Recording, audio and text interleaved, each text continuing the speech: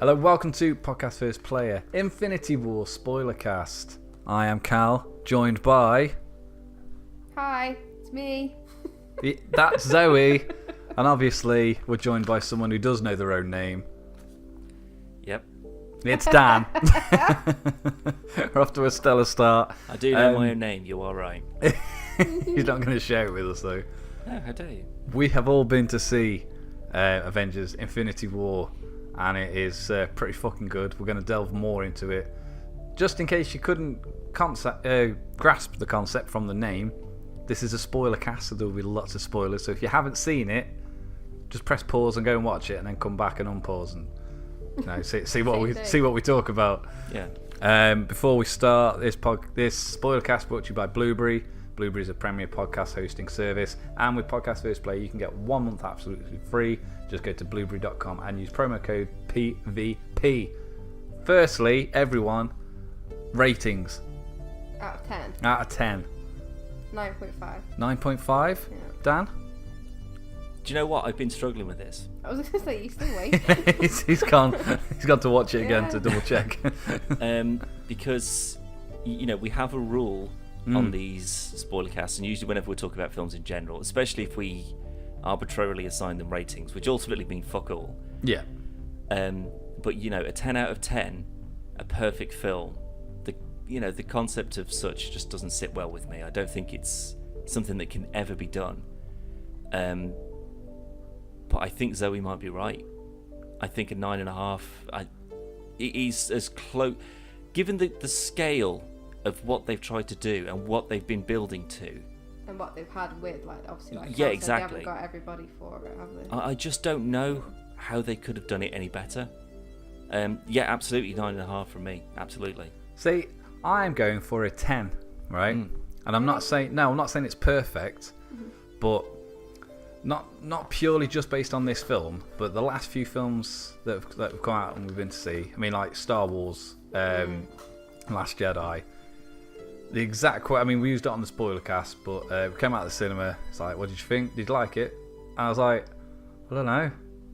And I came out of this, and I was like, holy footballs. I know, right? And I mean, it could be just a case of it's been a slow couple of years for films, and this has been the best film I've seen in a long time. But I fucking loved it, and I just want to watch it again. Yeah. And any film that does that, like, a 10 out of 10 doesn't mean it's perfect in my eyes. It just means it's a fucking good film.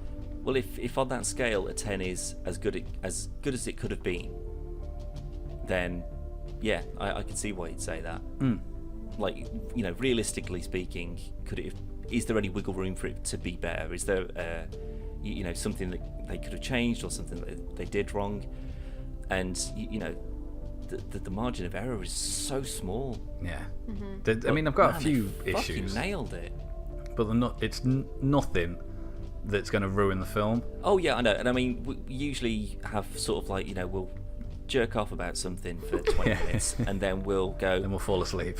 Actually, do you know what? There was this bit that didn't really make any sense, and this bit was stupid, and why did they do that? Yeah. But, I'm sure we'll get to that as we sort of go through, because obviously you saw it today. You've literally just got back from seeing it. Yeah, it's fresh. You can still smell it on your breath. Yeah. But I saw it a couple of days ago. I saw it on the day that it came out because I'm better. Stan doesn't have kids. Just better at seeing films. But ultimately, I didn't want to go and watch it on a weekend. Funnily enough, I actually had a message from my manager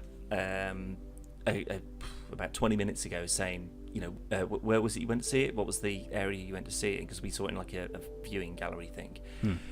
And he said, I don't want to go today because I don't want to have to deal with, in his own words, kids and knobheads. It was part though, wasn't it? Of kids and knobheads. Okay, well, I'll start this off then. Yeah. Your cinema experience for viewing. Yeah, normally we do this at the end. Yeah, exactly. But I think that the film itself is going to be so fucking... We've got enough to talk about. Exactly. Yeah. We might as well get this sort of stuff out of the way. So your overall experience. Well, on a whole, it was fine.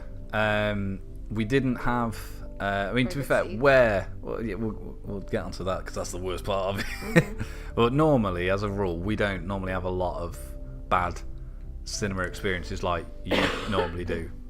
like you normally do. And I think the last bad one, I mean, Star Wars was quite shit, and Homecoming was awful. Oh yeah. But we got there. We didn't book because I don't think we had time for whatever reason. But there was only 2 seats left in the whole thing, so like, fucking hell. And they were right at the fucking front.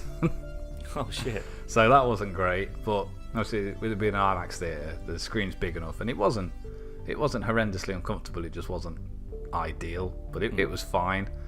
And then there was a little boy sat next to me, and a little girl sat like the other side of Zoe. I wouldn't say little, I'd say she was like a young girl. Yeah. And we sat there, and then it was only, I don't know, about 20 minutes into the film or something, I just happened to notice that I'm assuming it was a dad and the 2 boys had gone. I was like, oh man, they've left. And then I just looked, and people didn't show, so there was spare seats behind, and they just went and sat there. Oh, no way. I was like, fucking hell, we could have done that. I think we were too into the movie though, weren't we, in order to be like, oh, let's move seats. We just like enthralled it all. It wasn't, I mean, I'd prefer to have sat in the middle. Must admit, I've got a bit of neck ache. Yeah, it's a little bit of slouching had to happen in order to be comfortable, but it was fine and it was worth it. Yeah. But other than that, the cinema experience was fine. Car park experience was a different story, but we won't go into that because that's nothing to do with the film. But as a whole, it was fine. No big issues. And having Spider-Man and Cap there. So oh yeah, and we met Captain America and Spider-Man, and we got to hold Cap's shield, so that was awesome. Obviously not Chris Evans and Tom Holland. Oh, you would have left me.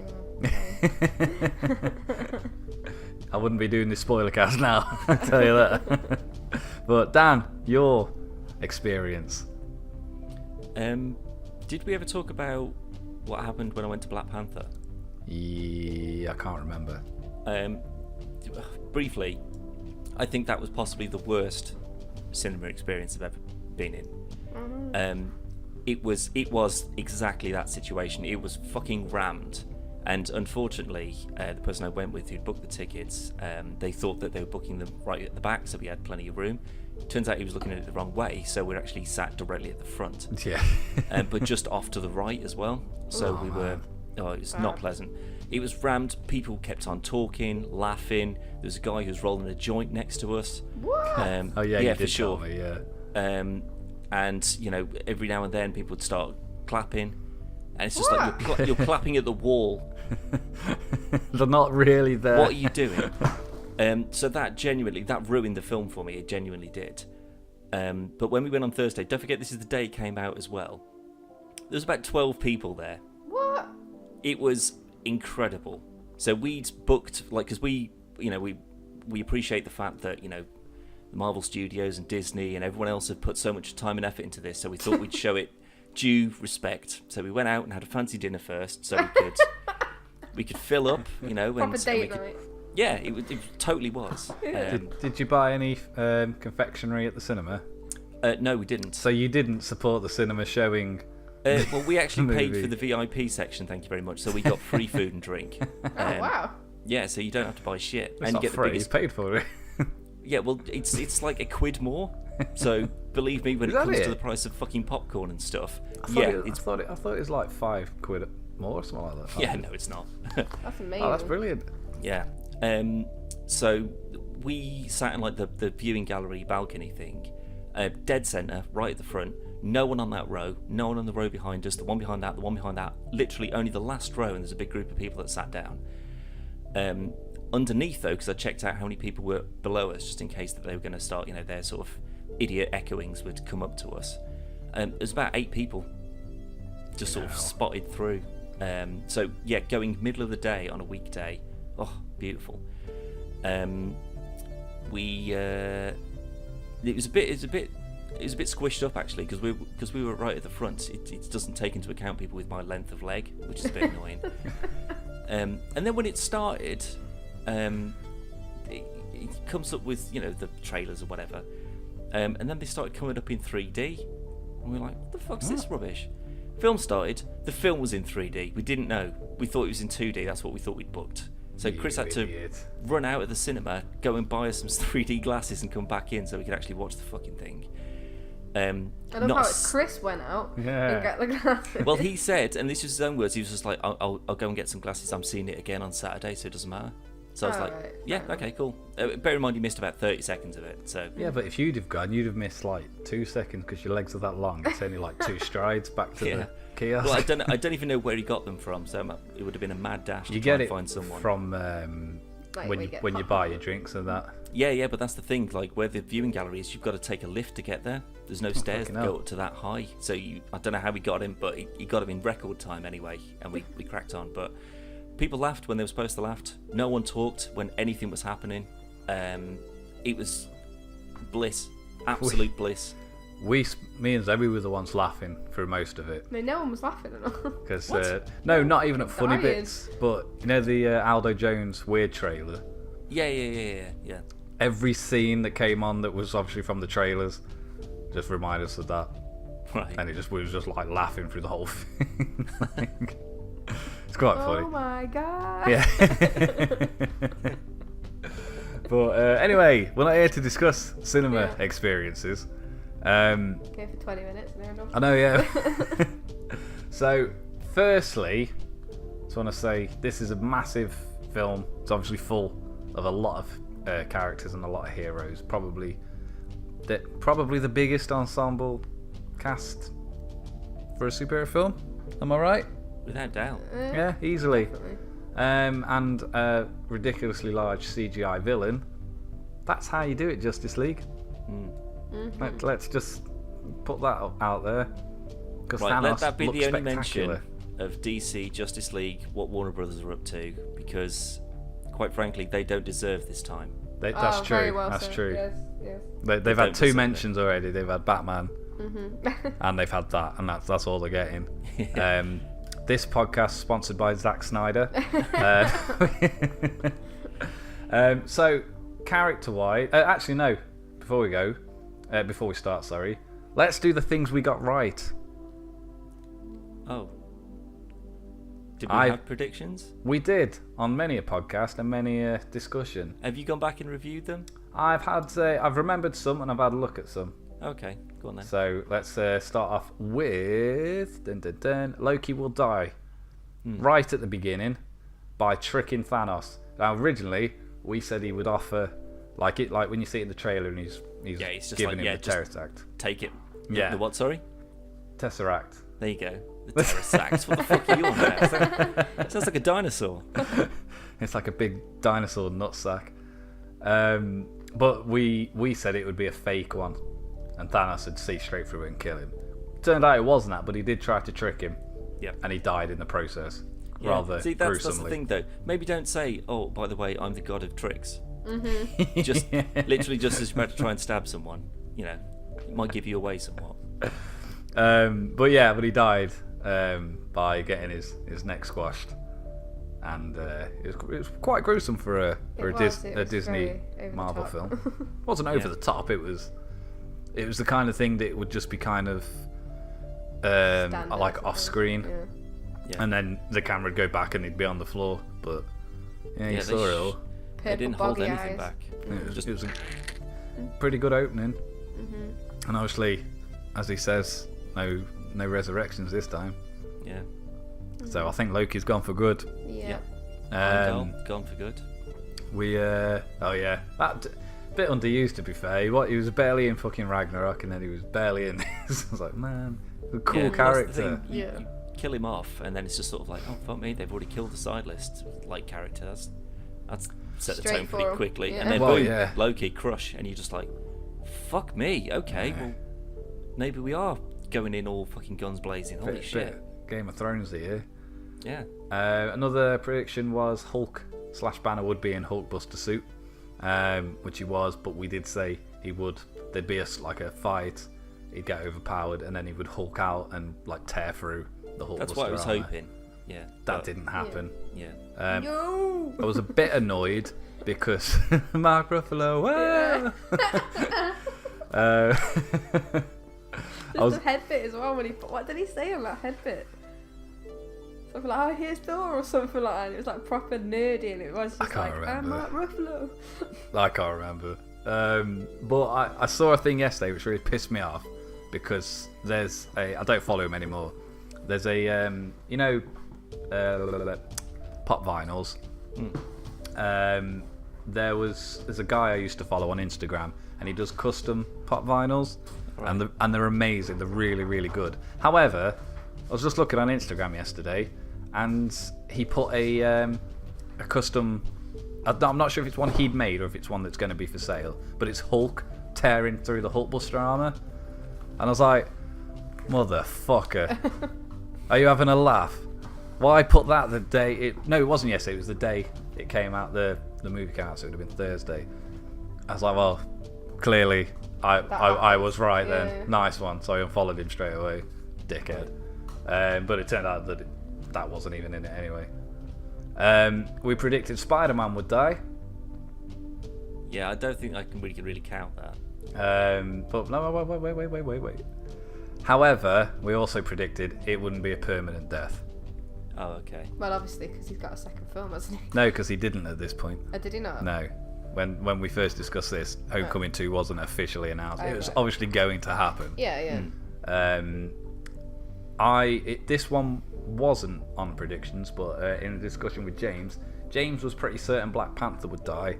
I was adamant that he wouldn't. Turns out he did. You were wrong. I was. But again, obviously not actually dead. No. I think. Well, we hope. Well, I know he's got another film, hasn't he? Yeah, Black Panther 2's already confirmed.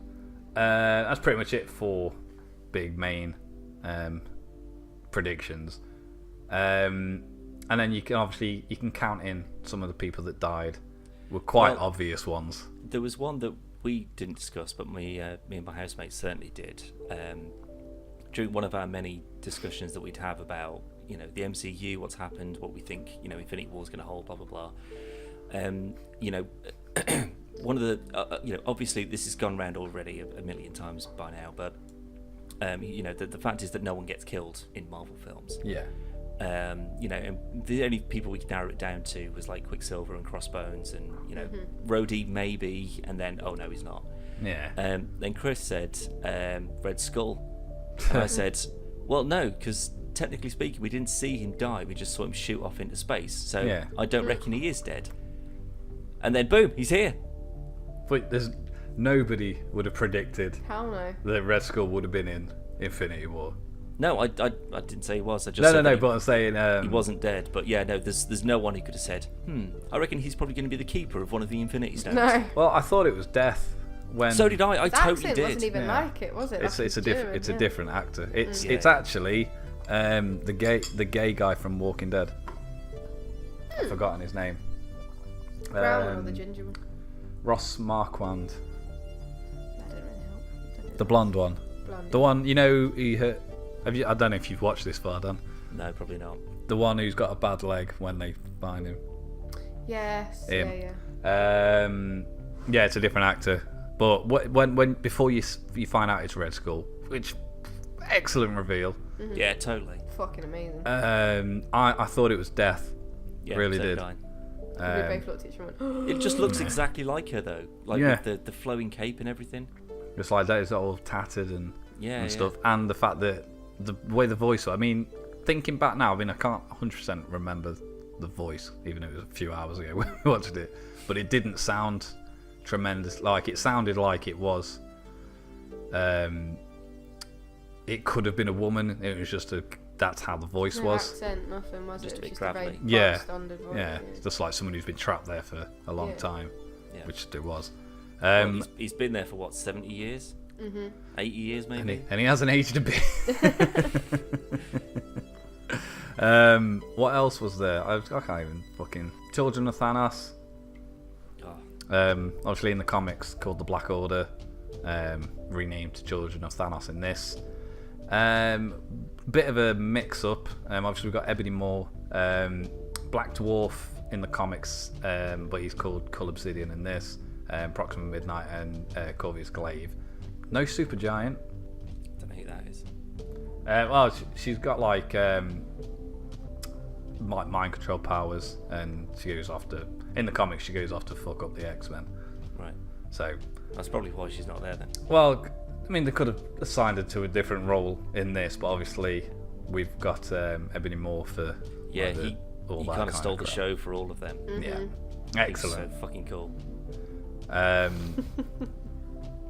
Yeah, and then obviously one of the best lines of the film with Tony calling Ebony Moore Squidward. Yeah, that's pretty good. Fucking howling through that. That was pretty funny. But no, as most MCU films have, you have your heroes, or hero, and a villain. And whereas this, you've got your villain, and then more villains. Mm-hmm. And I think they were all handled pretty well. Obviously, Ebony Moore got the majority of the screen time alongside Thanos. Yeah. But it was excellently done. Really, really well done. I say the thing that stuck out for most for me was like Thanos is an utter cunt, utter cunt, but you can kind of see his reasoning and why he was doing it. The same way that I suppose you could see Hitler's reasoning, the way he was doing it. It's a bit more extreme than Hitler's, but yeah. Like the one scene that did get me was when he's got Gamora in his throne room, so to speak, and she's saying like, I hated this room, I hated my life. And it was almost like he was a tired dad, like, yes, I know, you told me every day that you hated me. And then when, obviously, he had to choose to kill her to get his stone, and it's like, you could tell he actually really, really loved her. Yeah, well, you could... as much as someone like that could, I suppose.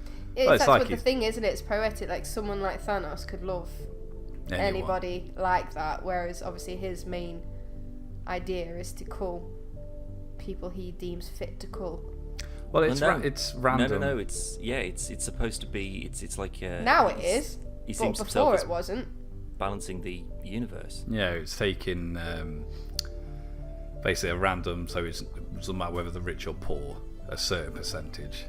Yeah, now, like you said, like then, but like when he went to Gamora's, like, yeah, I think he everyone exterminated a lot of people on her planet. But off that though,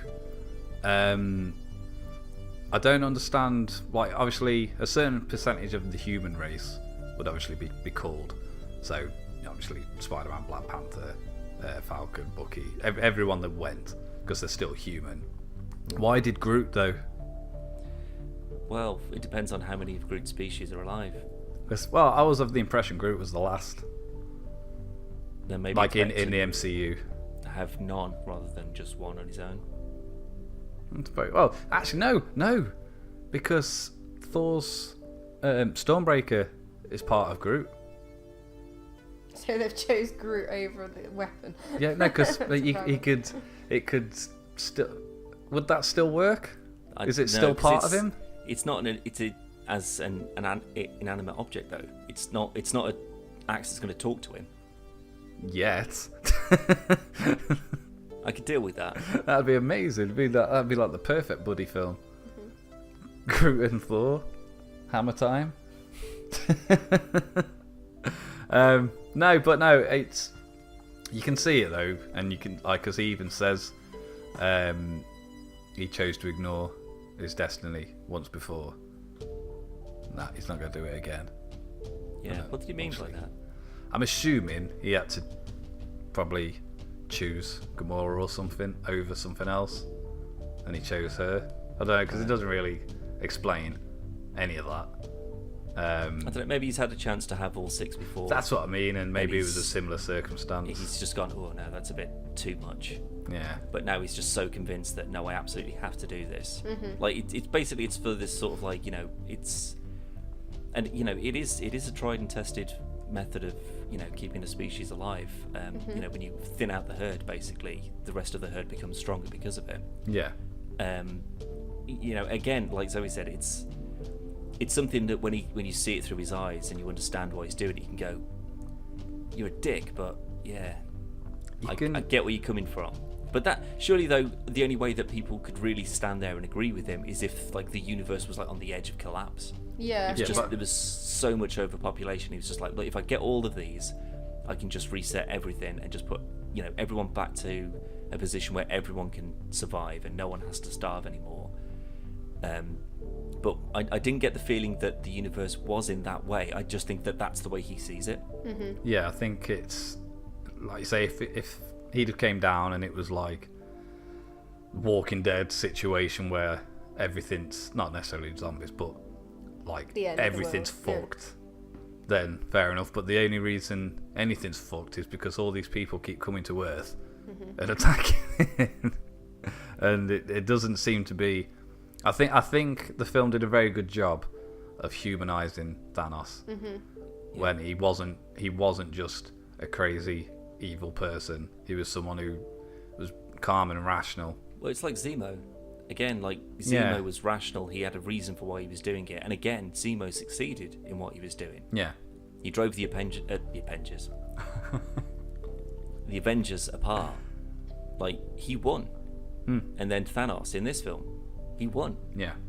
Like, you know, maybe Earth's to a much mightiest higher heroes degree. aren't, you know, really all that good at stopping these kind of world-ending threats. I do like that Thor managed to throw in that tagline during the film when he says, "It's the Avengers." I'm like, who are the Avengers? It's like Earth's mightiest heroes. Yeah. So I thought that was quite cool. Speaking of Thor, wasn't as much of him in this. I thought there would have been more. I don't know. He just seemed to be like they just sent him away because it's like, look, if anyone can take this guy out, it's going to be you. But without Hammer, you're kind of useless. So once you've got that weapon, you come back and you sort everyone out, and that's exactly what he did. Like, he went to the forge, he sorted everything out at the forge, he got his axe, he came back. Now that he can use the Bifrost himself, because Asgard's completely destroyed. Also, you know, if we're talking about, you know, half the universe or whatever, those were all the Asgardians left in the universe on board that ship, and he blew them all up. Yeah. That wasn't half of them, that was all of them. Oh, except Thor. Well, that's what I mean, but that's hardly a fair ratio, is it? Yeah. Plus, he still could have died. But he was in space for a very long time, yeah. Good Peter Dinklage casting as well. Yeah. What an odd place for him to turn up as a like 20-foot dwarf. The irony. But I still don't like the fact that they've immensely nerfed Drax. Because there's a handful of people that can take on Thanos in the comics, and Drax is one of the main ones. Yeah. And in this, he's just there for comedy value.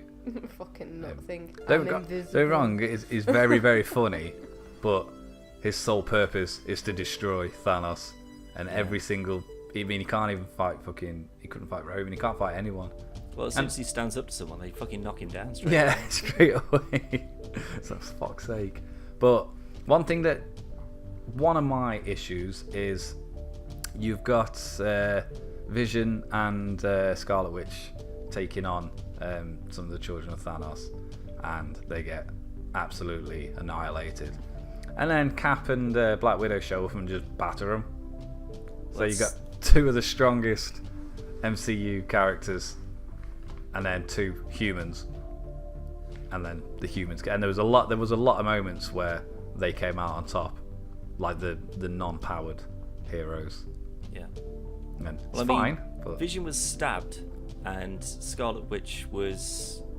Ultimately, she's not a fighter. You know, she's not a soldier. If anything, if she was a class, I'd say she was support. Like, you know, throwing rocks and healing or flying around or whatever. Whereas Cap, Sam, and Black Widow, they're brawlers, they're fighters, they get stuck in, and they are all very, very good at what they do, which is kicking the living shit out of someone.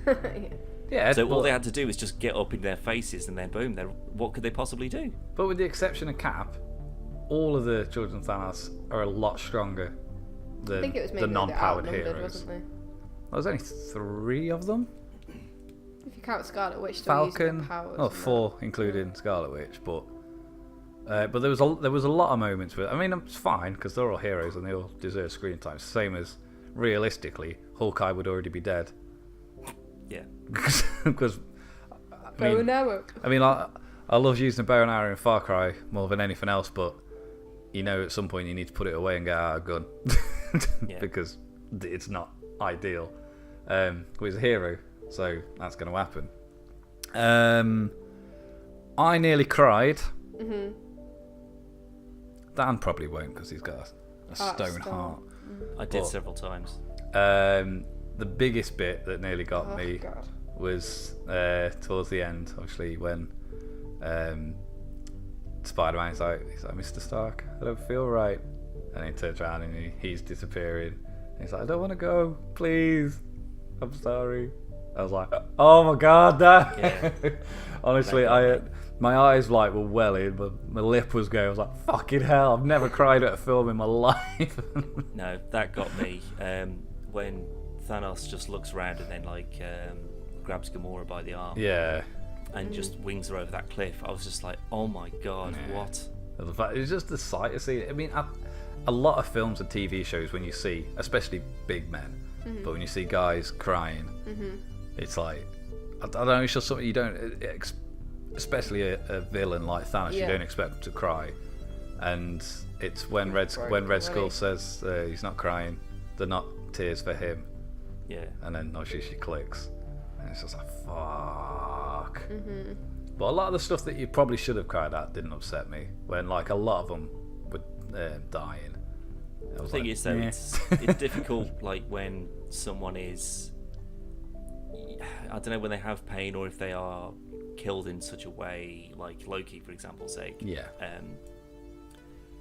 You know, when someone just like when Bucky, when he dies, like he just sort of falls to the floor and just turns into dust. It's like there's no, you don't feel, oh my God, that's so horrible. But like with Loki and stuff, like, to be fair, I think it wouldn't have been. It's just not quite as poignant at the start of the film because I suppose you're not really expecting it. Yeah, I mean, it's it more sets of a the shock. tone, it sets the precedent to go, oh my God, no one is safe. Yeah. But the fact is that if he was crushed like that towards the end, when everything was kind of building to that way, I think for people who are like super into Loki and stuff, and like Tom Hiddleston, they would have been bawling their fucking eyes out at that. Yeah. But yeah, Spider-Man totally got me because it wasn't just him turning into dust; it was him, like Doctor Who, sort of going, I don't want to go. That got so many people when David Tennant left Doctor Who because it wasn't just a case of it's a nice, beautiful, natural transformation into something else. It was someone going, oh no, God, please, I don't want to die. Yeah. That's what usually gets people, rather than just someone being vaporized or something, because there's usually no pain.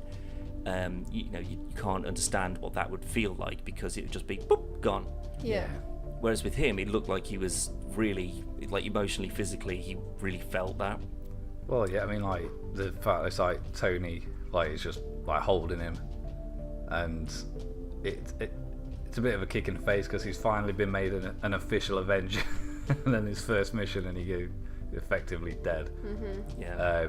But I mean, it's a good show for Tom Holland's acting, and it also shows that this Spider-Man is just a kid. Yeah. Oh. And I know, so I'm welling up now. I was thinking, reliving the scene, but it is, and it shows that this isn't a superhero film where the good guys come through and there's a bit of wreckage and then they save the day. It is everyone lost, and we know it's only part one, and I think we can all figure out what's going to happen in part two to a degree. But effectively, for the time being, these people are dead. Yeah. Go on. I thought you were going to say something. No. Oh, sorry. Bam, bam, bam. End credits scene. I had an idea, Dan. Yeah. I thought about it on the way home.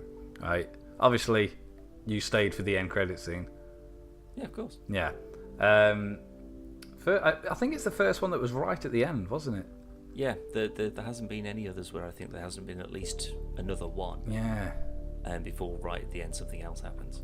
Because there was a lot of names to go through. It was like I can't remember who said it now, but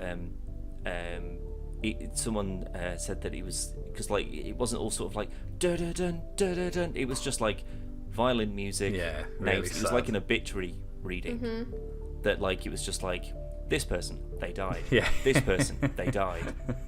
Like it was just you just left that film just going, oh my God, I feel fucking awful. I really liked the Infinity War.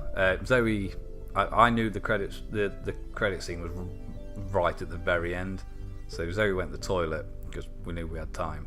Yeah. And so you did miss it, but the Avengers Infinity War logo, and it's all in white, and then it all turns to dust and blows away. Yeah. That was amazing. It looked really cool. Honestly, it was proper cool.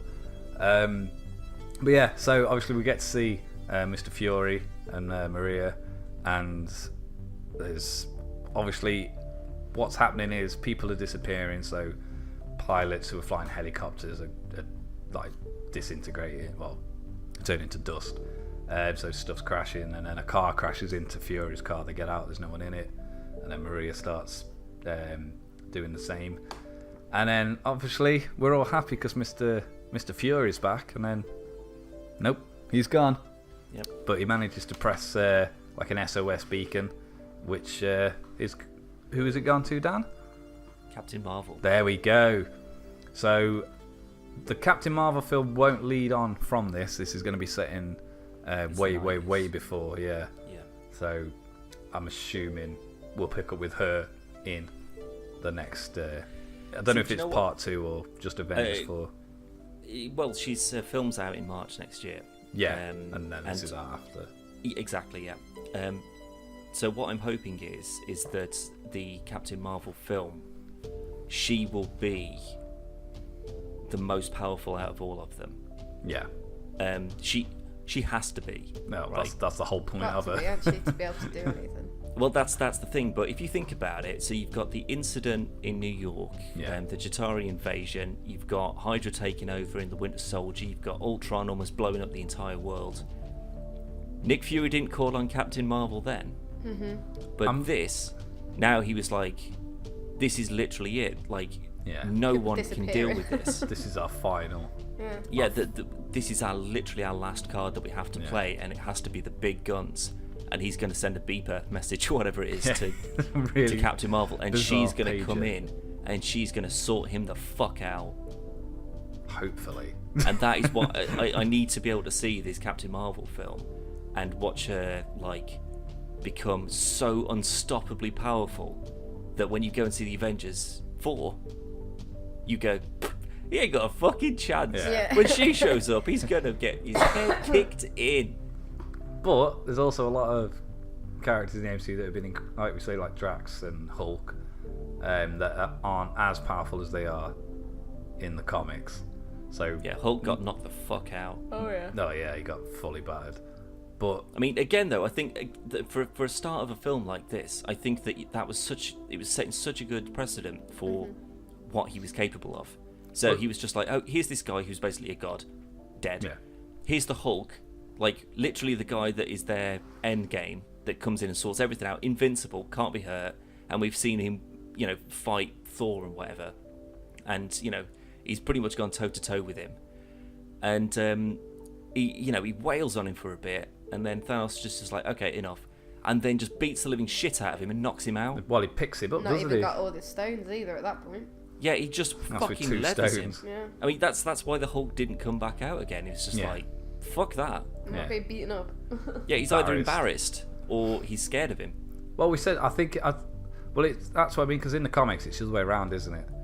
Thanos he openly says he's scared of the Hulk. Well, he's one of the few people, but it's like Superman being scared of Batman. It's just sort of like, I know that he's probably not as powerful as me, but he'll find a way to fucking exactly, beat me. And it's like the Hulk used to think, well, pound for pound, maybe he's not as strong, but the fact is that he's just a complete rage monster. Yeah. Well, that's the thing, isn't it? He gets more powerful the angrier he gets. Precisely. Whereas in this, that wasn't even an option. No. He fought him for about 15 seconds and he was out cold. Yeah. But Thor beat him in Ragnarok quite spectacularly as well. Yeah, I mean, again though, but he keeps on cheating and calling in the lightning, and that's not fair. Well, that's his thing. That's not fair. But I imagine. Right, here's a prediction. Captain Marvel film. She's going to meet I forgot what's the alien's name who's in disguise? The Skrulls. Yeah, that's it. She meets them, gets her powers and shit. Ridiculous, overpowered. Something will happen, and she's not going to be as powerful. And then Nick Fury sets up this thing trying to make her powerful again. That's why we haven't seen her up until now. Well, she's probably just in space somewhere. It could be. It's probably Floating a around. lot more easy logical explanation. But it could also be. I mean, where the fuck has Fury been all this time? Well, he's not in S.H.I.E.L.D. anymore, so I mean, he's just, doing what he does. He just keeps under the radar. Yeah. Well, everyone thought he was dead, didn't they? But Well, everyone, yeah. well, everyone not thought the audience, Coulson was though. dead. Yeah, where are the agents of He S.H.I.E.L.D.? Where are the fucking showed up. defenders? Where was fucking? Well, if we're going down that route, where were? I can't even think. Moon people, Oh, the Inhumans. Inhumans. Yeah, no one talks about the moon anymore. Everyone just forgets that they're there. Yeah, I think had the TV show been Any marginally good, they might have got a mention. But Maybe what so. I did like, back to the Loki thing, is the reused line of "We've got a Hulk," and then he's like, "Ah!" comes storming through. Well, I thought that was good because obviously that's what they used to Loki and the Avengers. But my idea for the credits, when Fury and Maria go to see who's in the car that crashed into them, obviously there's no one there. My idea was it was Deadpool, and he's like, I'm on your side, and then he starts disappearing. He's like, I'm in the MCU, and then he starts just disappearing. He's like, motherfucker, and then we never see him again in the MCU. That was literally the thing his is, thing. though, I mean, if you think about the Arrowverse, and when Flashpoint happened, obviously that had an impact across the entirety of the Arrowverse. Yeah. With this happening, is Jessica Jones just going to vanish? Technically, Foggy, is he just going to disappear? Well, you've got, if you do it by law of like diseases and stuff, like 1 in 4 people will get this disease and this, that, and the other. If you do it by that logic, at least one of the defenders has gone. Iron Fist. Yes. Yeah, that's it. As long as it's Iron Fist, that's all that matters. To be honest, that is the easiest way of cancelling that show. Yeah, for sure. They just go, he's dead. Remember that massive film Which that we was did? the worst one. Yeah, he was killed off in that. But That's the thing. I want like all the defenders to vanish, but the Punisher's just like, fuck's sake. Yeah.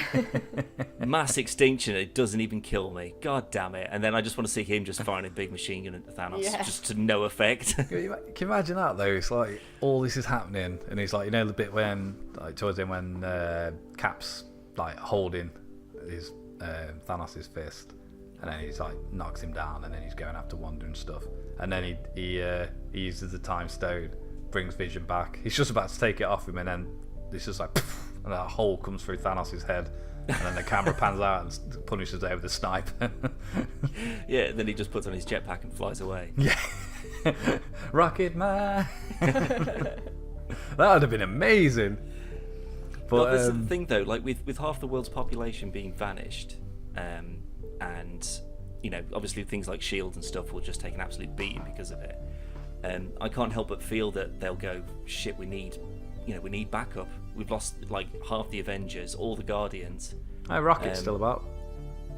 All the Guardians. Like when we're talking about like the entire team, just one raccoon on his own is not going to do much. He did more than anyone else in this, to be fair. Oh, him and Bucky. Oh. That was a great team. Oh yeah. They just Take swing it. around. Have it. That was another thing actually. You said Rocket would want Bucky's arm. Did I? As a play on, like in the first Guardians Yeah, it film when he takes, like, says the leg and the he eye. wants that metal leg. Yeah. You said he'd want his metal arm. I don't remember that. So But yes, there's another one. that's another one. There you go.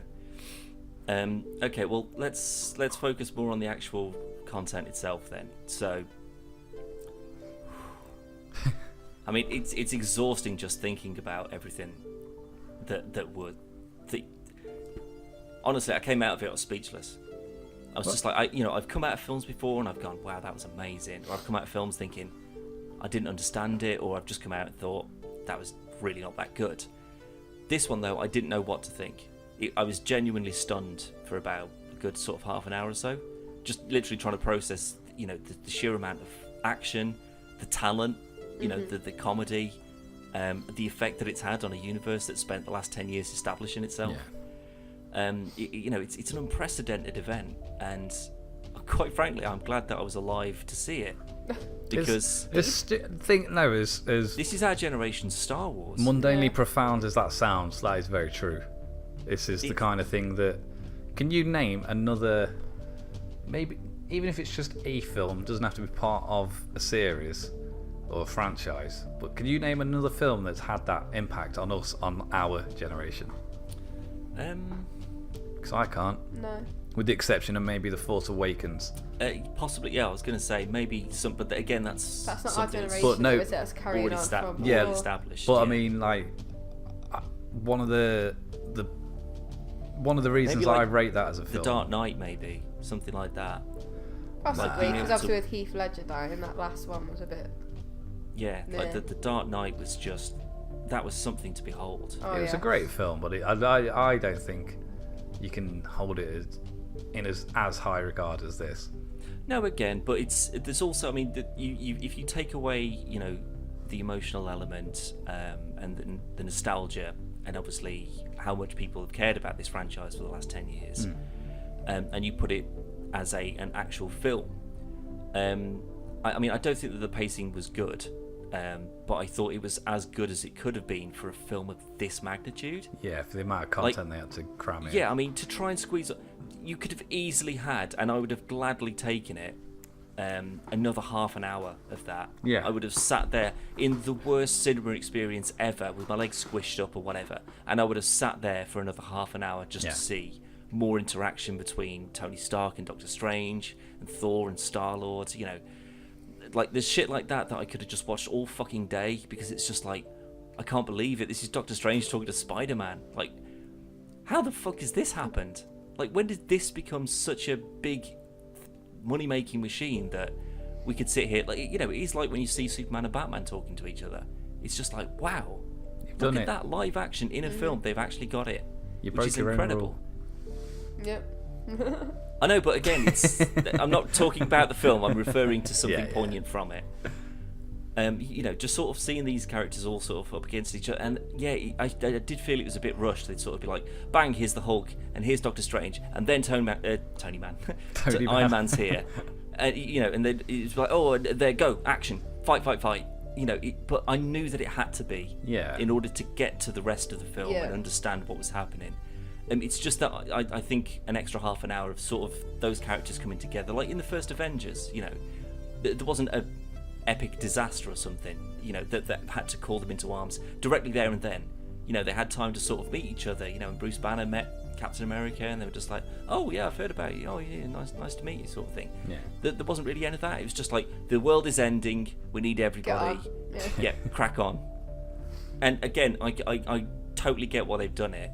It's just that for me, I think just more of that sort of just, like when the Guardians met up with Thor, and they were just like, Drax is there, it's just like, oh, it's like a pirate mixed with an angel. Like, they're just stroking him and stuff, and it's just like, that whole, if every sort of like little team up that they had that kind of interaction where they could all just sort of like fawn over each other or whatever, and that would have just been, I would have loved that. I suppose it's like the urgency, isn't it, on it? Because obviously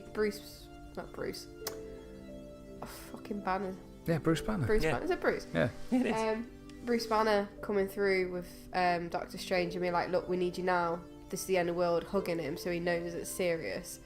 To getting on with it. Whereas obviously the Guardians don't know anything what's going on until Thor wakes up, so they can have the opportunity to kind of grope him a little bit. I think the differences between the characters is like you say, you've got the Guardians that don't know the magnitude of what's happening until obviously Thor wakes up. But even if it was the other way around, I mean, Doctor Strange didn't know anything until it was explained to him, but he's just straight to the point. We need to fix this. We haven't got time to piss about.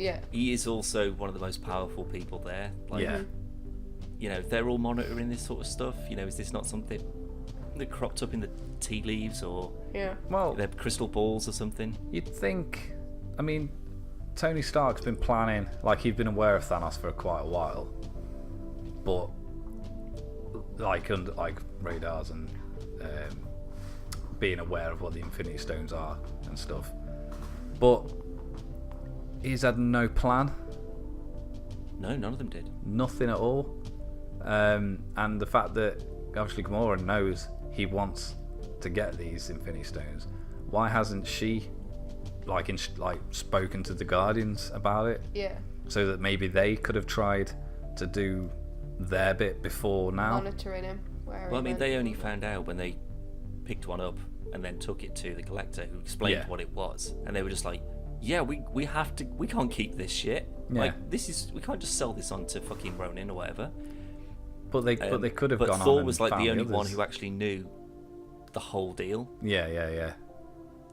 Like when he had his little dance in the pool of yes.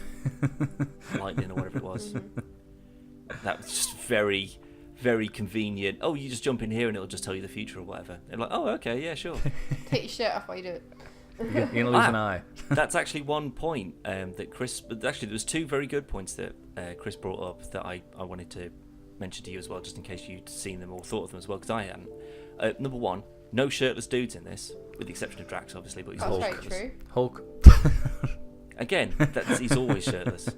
But there was no there's no Chris Evans, pecs flexing or anything like that. You I didn't feel a bit need it. bad for that. As soon as he pointed it out, I was just like, yeah, there wasn't. Why wasn't there? I would have loved that. Imagine, Alright. No, because it's the only time we're going to see Chris Evans, Chris Hemsworth, Or next Chris to Pratt. each other. Chris All- Pratt, Yeah, all greased up together on a bloody big. Tom Holland. He's And He's not too bad. Winter I Soldier. don't know. I Who? feel a bit Soldier. awkward. Well, with the Tom Bucky. Holland. Keep Tom Holland out of that. he can have a picture, vest but- on.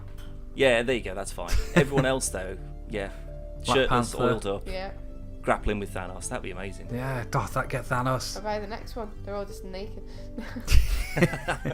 Avengers, Infinite Orgy. But then the other thing that you mentioned Butts though, jiggling. Captain America and Iron Man never saw or spoke to each other. Yeah, that's true. Iron Man conveniently went to space after he didn't want to make the phone call. Yeah, and that was it. They literally never saw or spoke to each other the entire film. Well, that was actually another thing. That when he says like they're gonna make the phone call, who would be able to find him, and he's like Steve Rogers. Yeah. And then Bruce is like, well, I'll give him a call. He's like, it's not that simple. We're not talking. like, It's like, we're not exactly yeah, Fucking bury it. it doesn't really matter. Like, I know that's exactly what Bruce explained, but Yeah. for that moment in time, Tony's like, yeah, I don't really wanna. Yeah, I know, but don't forget he's also still reeling from the fact that they had a big old fight because Bucky killed his parents. I mean, that's still got to be a fairly sore subject. And Bruce is like, he goes, yeah, this is the end of the world, but he's just literally popped through, and then he's just going, end of the world's here. Everything that you ever thought was relevant or an issue or a critical moment or whatever, Isn't forget anymore. it. Yeah, it's not always just that straightforward. How- But I would have liked to have seen sort of Tony turn up and Winter Soldier's there fighting, and they're sort of like fighting back to back. It's just like, yeah, I hate you and I know what you did and I tried to kill you for it, but there is a bigger picture here. Yeah, we're heroes for so- a reason. Yeah, it doesn't matter now. Maybe the next film then. Maybe Well- so, because obviously Tony and Nebula are just stuck on a random fucking planet at the Well, moment. that's the thing now. There's, Black Panther, Spider-Man, Doctor Strange, Bucky, Falcon, Scarlet Witch, Star-Lord, Groot, Drax, Mantis, Nick Fury, and Maria are all dead. So, with the exception... they're all the ones that are vaporized. Well, vaporized anyway. Yeah. Effectively dead for the time being. So we've got Iron Man, Cap, Hawkeye, wherever the fuck he is, Rocket, Is what's it? Black Widow still alive, isn't she? Black She's Widow. stuck behind She's them. still, Yeah. Ant-Man all and the Wasp. Wakandans. Not all. I think there's quite a No, few. but I that mean went, but the remaining Wakandans. whichever ones are there. Yeah. Who else? Ant-Man, Wasp. That was it, wasn't it? Because a lot of the ones that Hulk. aren't. Hulk was Oh yeah, still Banner's out. still about. We see Banner. He didn't disappear. No. So there's still a reasonable team, but obviously Nowhere Stark's still got to try and get home. Yeah, Yeah. you're looking at about 2/3 of them that have Yeah.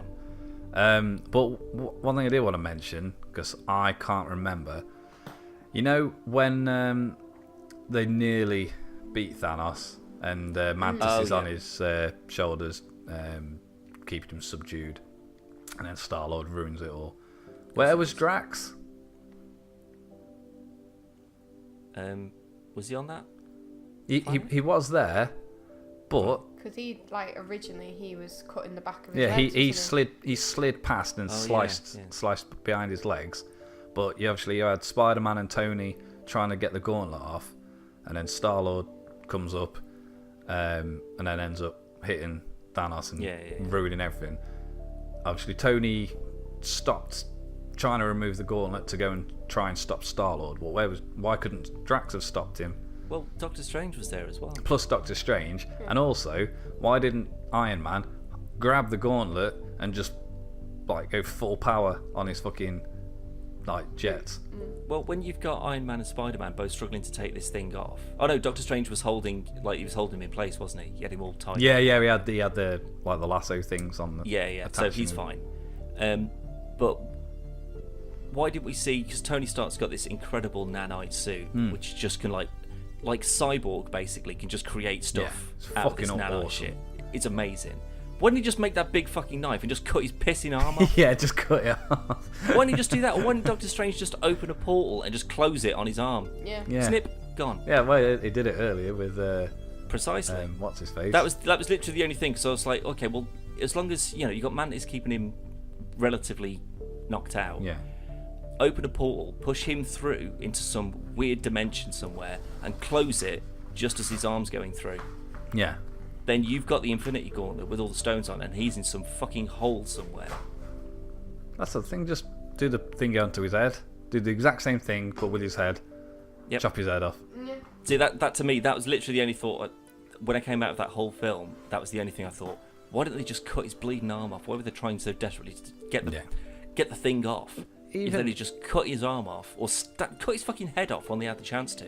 Either way, though, it's I can't imagine it being too hard to get something else to. Because I mean, he had them in his hand physically, and that he didn't explode. Yeah. So clearly, he's powerful enough to put them in a bag and carry them or something. You should have a little fanny pack. Yeah. What do we call them over here? Bum bags. Mm-hmm. Yeah, little bum bags. But yeah, there was a lot of opportunities where the film could have been shorter because they won. Obviously, that's not going to happen because they need to make another film. But those little things do bug me in movies when it's, well, why didn't they just do this? But that's drama, tension. It is, but that's the only thing I could immediately think of. It's just like, well, you've got a big sword in your hand, and you've cut people's hands off already. Someone figure this out, for God's sake. It's not even just that, though. It's like, I know Star-Lord's stupid, but... I'd say reckless rather than stupid. Well, reckless. Surely he can... He wants to know where she is, but he should have just thought, well, if we get this glove off, we can do whatever we want. That's true. Pretty much. Although that would be on the assumption that anyone either could or would want to use it. No, but I mean, he can't... He's obviously still going to be a threat, but there's a lot more of them, and he hasn't got his glove. Yeah. And he hasn't got the stones, even. Put his bleeding gun into his mouth and just pull the trigger. Or just that, yeah, just shot him. Yeah. Although I did like it when he turned Star-Lord into bubbles. Yeah, bullets into bubbles. Like, do you know who he is? Like, when he's got the full gauntlet, do you know who he is? Dr. Manhattan. Effectively, yeah. Like, you could literally just change matter and reality around him. It's absolutely... The only thing that Dr. Manhattan can't do is, like, reverse time. Yeah. So I felt so sorry for Vision, because, like, his head got blown off by his own girlfriend, and then he was brought back to life just to have his own face ripped out, just so he could get the other one. I was just like, oh, God, he's died twice. That's so bad. I did like the dead Vision slightly resembles the white suit Vision in the comics. Oh, man, he looks so awful. All, like, grey and... Well, I mean, he's made of vibranium, I suppose, so it makes sense, but yeah, it literally just looked like all the sort of like life had just been literally drained out of him, and that was it.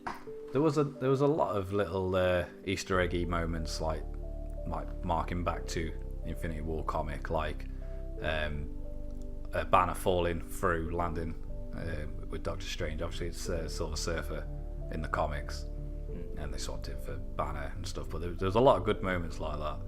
It was quite nice, but. I kind of wish... I know there was a lot of people in this, and I don't really want a shit I probably could have done with some Ant-Man. But imagine if they'd have done this Fox deal before they made this. Yeah, this to me, this is perfect territory to move into Fantastic Four and get them involved. Or maybe the second one, maybe like this event is what's going to change. Like maybe things won't go back to exactly how they was, and this is how we get our new X-Men. I don't necessarily know about the X-Men because I think that would be a lot harder. Because the rule of X-Men is that there's always been mutants. Obviously not as in greater numbers as there are in the modern day. Yeah. They're have always been. Look at Apocalypse, for God's sake. But there's always been mutants, and then again you have a 10 years of films that span a reasonably equal amount of time. Where were the X-Men then? Yeah. Why were they not all involved? Well, they changed Scarlet Witch, haven't they? Like she's no longer after Disney bought. Yeah, she's not a mutant now. Yeah, she was given the powers, same as like Deadpool and stuff. Yeah, so they're mutates rather than mutants. Yeah. But again, though, you've got to say, unless there is just one mutant, or something like that. Again, though, it's a lot harder to explain rather than just they've always been there. Yeah. Because if they've always just been there and just not been involved, then that's fine. But in terms of the continuity, you need to explain that away somehow. And I would not want to be the one who has to explain why the X-Men haven't been involved in any of this. Yeah. Well, Civil War, they had an easy way out because they say it in the comics. We don't want anything to do with it. Yeah, as long as you don't come here and start your shit with us, we won't be involved either side. You knock yourselves out. It's up to you.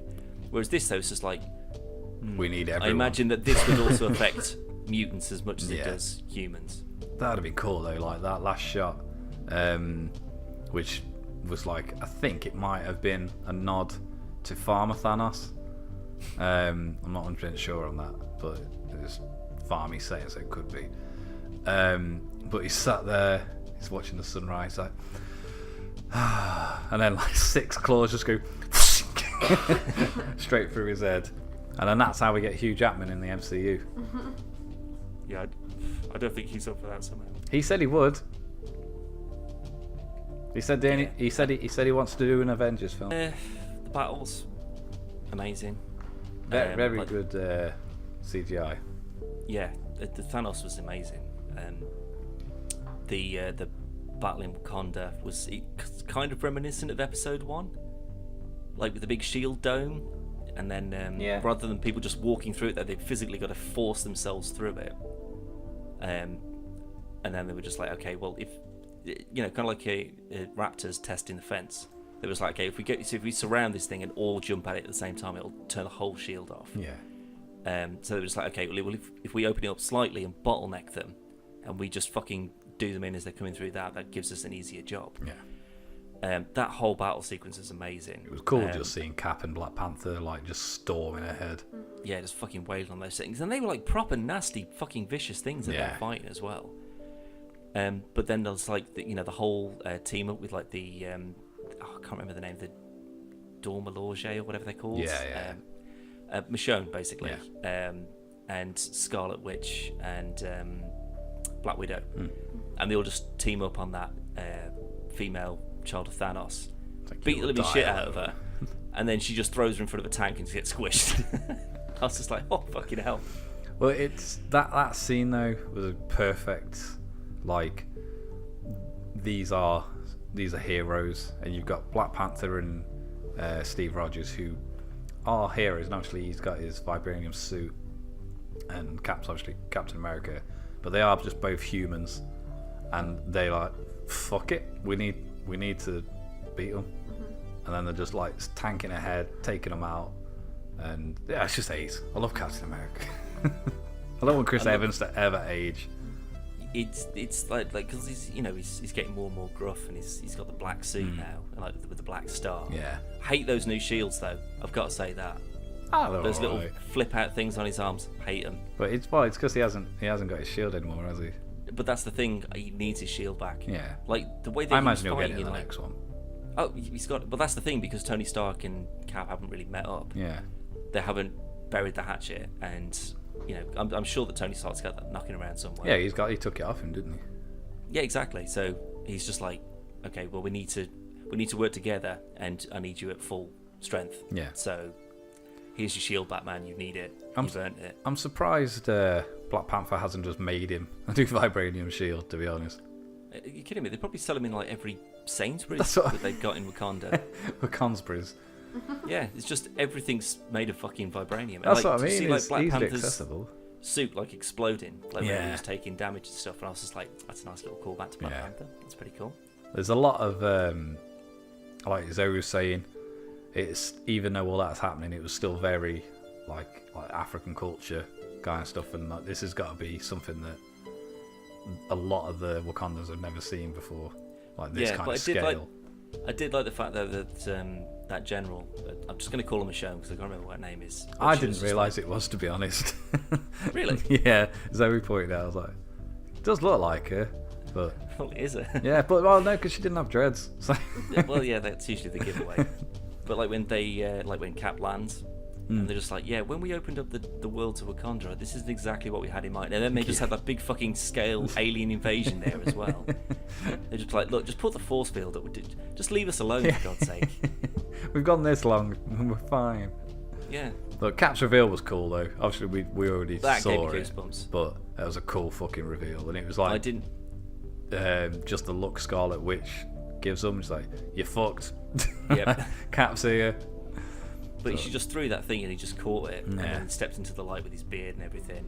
And then like Thor shows up and it's just like, oh, you got a haircut. It's like, yeah, I see you've copied my beard. I didn't like Star-Lord as much in this. This is the first film that's had the Guardians in that I haven't been a massive fan of Star-Lord. I don't know. See, I just think that it's because now he's up against people who really actually know what they're doing. Yeah. He just seems like a boob compared to them. Not so much that, it's just a lot of his attitude. I don't know, it just didn't seem to... It wasn't very Star-Lordy, except for... know. There was a few, like, very funny bits with him, but... He definitely could have done with that bloody ego power. Yeah. That would have been really quite useful if you could summon like a fucking godlike level of Super Saiyan strength or whatever the fuck it is. Super... You like fly around and blow shit up. Like that would have been super useful. Dragon Lord Ball. Yeah. Oh, I don't know. But no, I mean, overall, for the scale of what it is, I mean, this could have been a train wreck. This could have been really bad. There was so much hype and expectation for this. To be honest, I wanted it to be great. I didn't expect it to exceed what I wanted, but I did have slight doubts, and I thought maybe this is going to be the big stinker. Yeah, I mean, I absolutely agree. Like, I just didn't think... I knew what I wanted it to be. It wasn't what I expected, but it's actually, in a way, better than what I wanted it to be, if that makes sense. Yeah, I mean, there was a very good chance. A lot of it was going to happen early on, like people would die, and then Strange would come in and he'd use the time stone to turn it back, and then we'd got our heroes back, and it'd be like that. But I'm glad it wasn't, because it could have been just in terms of how many people there are in it, and basically the entire Marvel Cinematic Universe is at stake. They could have made this very by the numbers, and they completely didn't. Yeah, and if they are going to get full props and respect for what they've actually done, I'd say a good number of those that they've killed off have to stay dead. I don't think everyone will be back. But the thing is, though, if they just go, basically anyone that was erased by Thanos is snapping his fingers, we can just undo that, and then everyone comes back to life again, with the exception of like Loki and Heimdall. And I think Gamora. I think they'll all definitely stay dead. But yeah, but if any of the other ones who get vaporized come back and some don't, then I think that's a cheap way out of just choosing like some of the best ones, or the ones that have earned the most money, maybe. Well, we It's know like for they a either fact. all have to come back or they all have to stay dead. And if they all come back, there wasn't any point in killing them. The only one who hasn't got, with the exception of like Nick Fury and Maria and Falcon and stuff, because they haven't got films. But Black Panther has already been. There's going to be a Black Panther 2, so we know he's going to come back. Spider-Man: Homecoming has already got a sequel, so we know he's coming back. But Doctor Strange, he hasn't got a sequel coming back. So theoretically, if they were going to kill off one of the main ones, it could be Doctor Strange. I don't think they will, because he's still a great character.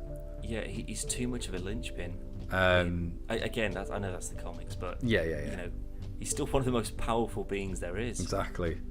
But you know, without control of time, he's just a very good sorcerer, I suppose. But you can't. There's still only side characters, but you got Bucky and Falcon. Chris Evans already said he doesn't want to keep playing Captain America. So the national. He's an idiot. He has to do it until the day he dies. He has to do Hugh Jackman, basically, where he does it until it's physically taking a toll on him. He's got another 20 years. They say he's still got like 20 odd years. I mean, Hugh Jackman's like 51 now. Yeah, exactly. And he obviously he's hung up, well, put away the claws, but he did say he would do an Avengers film. Yeah. And I say like he's like 51, but if Chris Evans is going to give it up, then we need Bucky or Falcon, because in the comics, both of them take his place. Yeah, I mean, given the fact that The Winter Soldier was about Bucky and Civil War, in part again, was about Bucky. Yeah, it would have to be Bucky, because if it was Sam, people would be like, yeah, they were friends. Fly around in that. You're fine. You've got the suit and stuff, but you take the wings off. You're not really that. Bucky is still a super soldier, and he's got a robot arm. Yeah, but that's now made of vibranium. But they could make him into Captain American Airlines. That's a piss poor joke. What I would like to have seen though is because obviously the Wakandans have given Bucky a brand new arm. Yeah. I wanted him to kind of use it in the same way that Claw did. Like it would just open up and just all kinds of blasters and stuff would be in there. Because I hated that. Oh no, that looked worse than giving him the stupid radar-looking cannon thing. No, they should have just done that. I still don't like that stupid hand. No, I think if you've got a big metal arm, something needs to come out of it. Bucky's rocket launchers. Bucky's absolutely. But that hand was just like his fingers part out of the way, and then they're just dangling down. It looks stupid. It looked ridiculous. Well, it's like he made it himself, though. He said it was like Wakandan mining equipment or something that he just bodged. Yeah, but the driver, he just made something that went over his arm. Yeah, I do like the fact that Suri was just like, yeah, you people don't know science. Like, you don't know how to build stuff properly. Why don't you just come here and do everything here, and I'd sort it all out for you in half the fucking time. Well, that just shows how advanced and smart they are when you've got like Bruce Banner, who's one of the smartest people in the MCU. You're like, we just didn't think about it. But yeah, a lot of good stuff, and the small things that I'd probably say are negatives compared to other films. They're not negative. Yeah, it's one of them. I'd have thought they would have done that, but this bit was awesome, so I don't care. Yeah. There was nothing in it that I came away and thought that was silly. Why didn't they just do that? I mean, I know we have just nitpicked some things, but we've had to think about those. Yeah, I mean, after a couple of more viewings, maybe there'll be something when the kind of the overall spectacle of it is kind of worn off, because you know what's going to happen and all that kind of stuff, and obviously that impact at the end isn't going to be there. Yeah. You sort of get the chance to be able to sit down and really think about it and analyse it and go, I don't know about that. But yeah, wow. I see, watching that film is like an experience that I want to keep in a bottle. And just every now and then I can just give myself a little spritz with it and just go, oh, wonderment. Well, like shock and awe. It's just unbelievable. As of today, again, I'll watch it again, as I do with most of these films. But at the minute, this has taken over my number one spot for my MCU verse. I really don't know what can compare to it. The Avengers was unprecedented in its sort of success and its actual, how it was put together and then shown. But this, it makes the Avengers look like nothing. I actually rewatched the Avengers a couple of months ago, and it's nowhere near as good as when it first came out, but it was, again, that was a very by the book, by the numbers movie. They played it quite safe in comparison to even Ultron, but again, Ultron was nowhere near, like, I still think Avengers was better than Ultron. Ultron was great, but didn't have the same impact. Whereas this mixed it up and it was brilliant. But but then you've got things like, you know, when Spider-Man came into Civil War. Exactly. You've got the airport scene, and I mean, the airport scene in Civil War for me is just. It's almost like the rest of the film exists purely for them to do that. That is, again, I know we said we wouldn't, but that is the airport scene in Civil War is the Batman warehouse scene in BVS. Yeah, definitely. But I don't know, just from watching it this one time, I don't know if there's a scene in Infinity War that had that much focus on it, because obviously every time that something would start to get all hot and bothered, it would cut away to another team doing something somewhere else. I'd probably say the Wakandan battle. Yeah, I mean, that was pretty fucking spectacular, though. I mean, it was just like they were dropping out those little speeders, and it was just like, it looked like they were getting ready for like a proper medieval old school war. Like they're all there with shields and spears, and, you know, they're all in rank and file. And then like all those monsters start coming through, and they just charge at each other, and it's just, and then Thor comes in and just fucks everybody up. That was amazing when he turned up and just blew everyone away. And then it's like, he's just like, that's my friend, he's a tree. Yeah. And Groot's just like, how Groot? It's like, I am Steve Rogers. There's actually another good bit where Thor keeps calling Rocket a rabbit. Yeah. That bit was quite funny as well, actually. But yeah, but the bit when Thor comes down and this is the Thor we haven't. I mean, we had it's similar, Ragnarok Thor. I'd say it's more intense because like he was full on pissed off in this, and like that bit when he lands and then it fucking puts the axe through. Thanos. He's like, I told you you'd die for that. I was like, oh, fucking excellent. That's the Thor I wanted to see. But then that's when I thought it was ending, and then he just went, you should have aimed for the head, and then. Snap. It's going to be a meme. There's about 50 memes that are built into this film. Oh yeah, easily. I'd like to have seen Thanos in his armor more. At least we got to see him in it. We got to see it. I mean, I know why they haven't, because he has his armor when he hasn't got the Infinity Stones, because it's what did they say? I forgot who's that. I think it might have been one of the directors, or it might have been someone from Marvel. I can't remember. Where they basically said, this is Thanos showing he doesn't need armor. Yeah, totally. So I was like, that's fine. I don't go on with that. The reason I wanted to see him, like, before the film, I wanted to see him in his armor was because with him being CGI, I thought it'd be easier for it to be a bit more believable. Flesh covered up. Yeah. With metal. Yeah. But the animation was tremendous. For a majority of the film, I forgot it was CGI. I know, right? It was like very well done. And again, like, not to compare it, but seeing Steppenwolf in Justice League, and it wasn't like everyone gave it a really, really, really, like, this is the worst CGI I've ever seen. This is like Jason and the Argonauts kind of shit. It wasn't that bad, but it was nowhere near as good as Thanos. Thanos looked amazing. Really, then there's like some proper close-up face shots and stuff. Yeah, well, even the tears look quite realistic. Everything did. Like, there's a lot of emotion in his face. Like, even like a little bit of a lip quiver. And they, like I said previously, they did a very, very good job of humanising Thanos. And like Zoe said, there's a lot of moments where you maybe not felt sorry for him, but you completely understood why he was doing it. You didn't agree with it, but you understood it.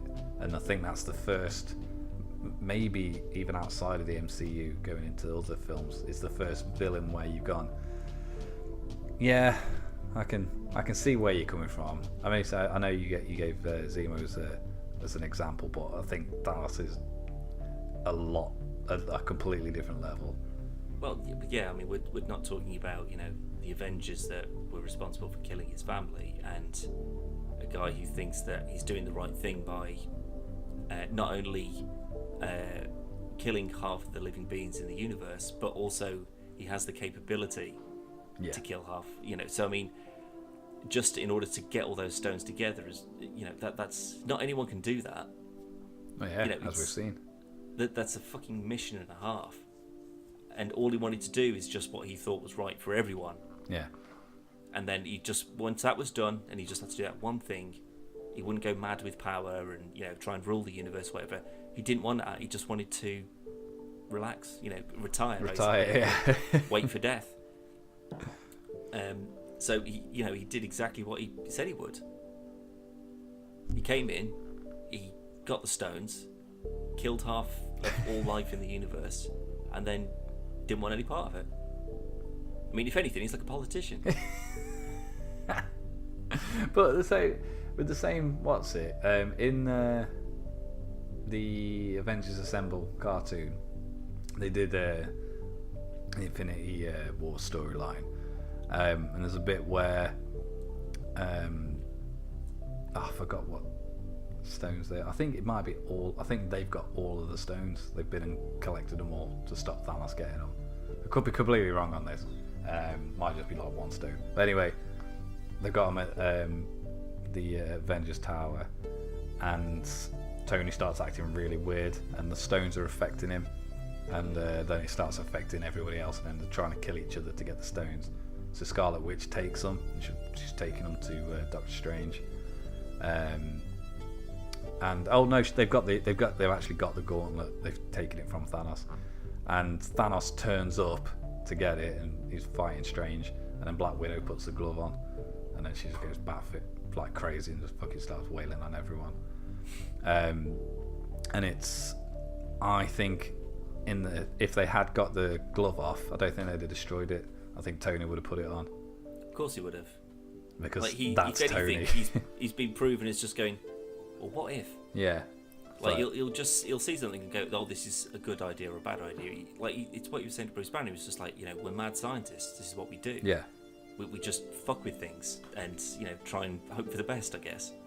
And yeah, he absolutely would have put that on. Yeah. But there's of all of them, he's probably the worst one. Yeah, you want it to be Cap or someone. Like someone like Captain America would be the best choice. Yeah, but he'd just send himself back in time. Yeah, he'd go back to Peggy. Yeah. But like on paper, as heroes, and especially seeing it firsthand, they should all go, we need to destroy this straight away. Yeah, but sure. you know for a fact 90% of them would fight for it to get it. But I mean, that's not going to happen. Rocket would definitely Rocket would get inside it. Straight in the ship. Like, who can I sell this to? You could live in it. Although there was a throwaway line that Nova was destroyed. Was there? Yeah, like because he went to because obviously the Nova Corps have got one of the stones after the first Guardians.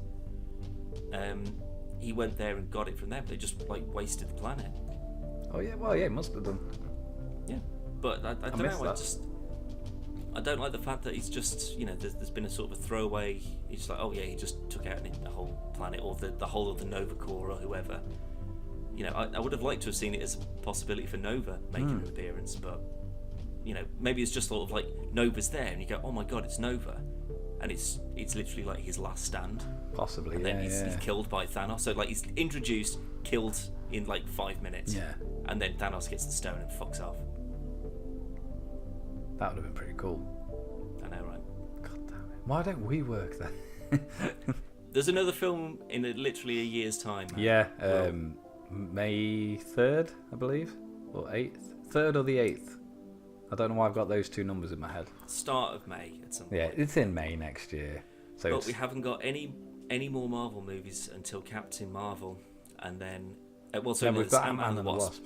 But that's not going to have anything to do with this. No. It's probably going to be running alongside. I think this is before. I think this is straight after Civil War. Yeah. I think. So potentially Hawkeye might be in that. Possibly, yeah. Because like Hawkeye and Scott were both on the raft, and then they just sort of they've got families and they wanted to make a deal, so they sort of kept out of the way or whatever.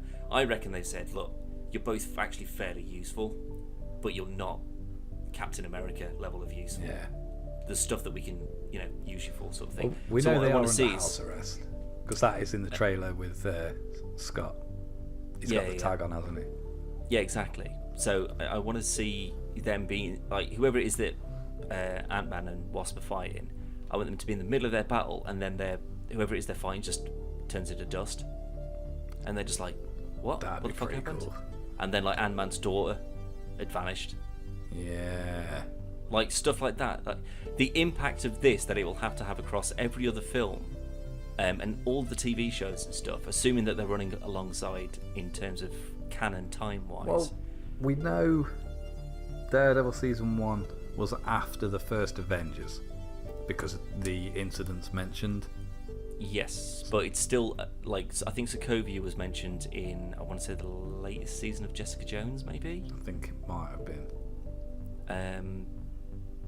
It might have been season 2 of Daredevil. I'm not sure, but both films have Sokovia definitely reports, been mentioned, and Thor and Hulk and Cap have all been mentioned as well. yeah, but no mention of Civil War. No. And also, well, actually, it depends on whether Civil War would be like a worldwide known thing, because like it was an in-house issue, really. Yeah. I mean, and it's, you know, maybe the UN getting blown. Well, no, because it was on the news, you know. wasn't it?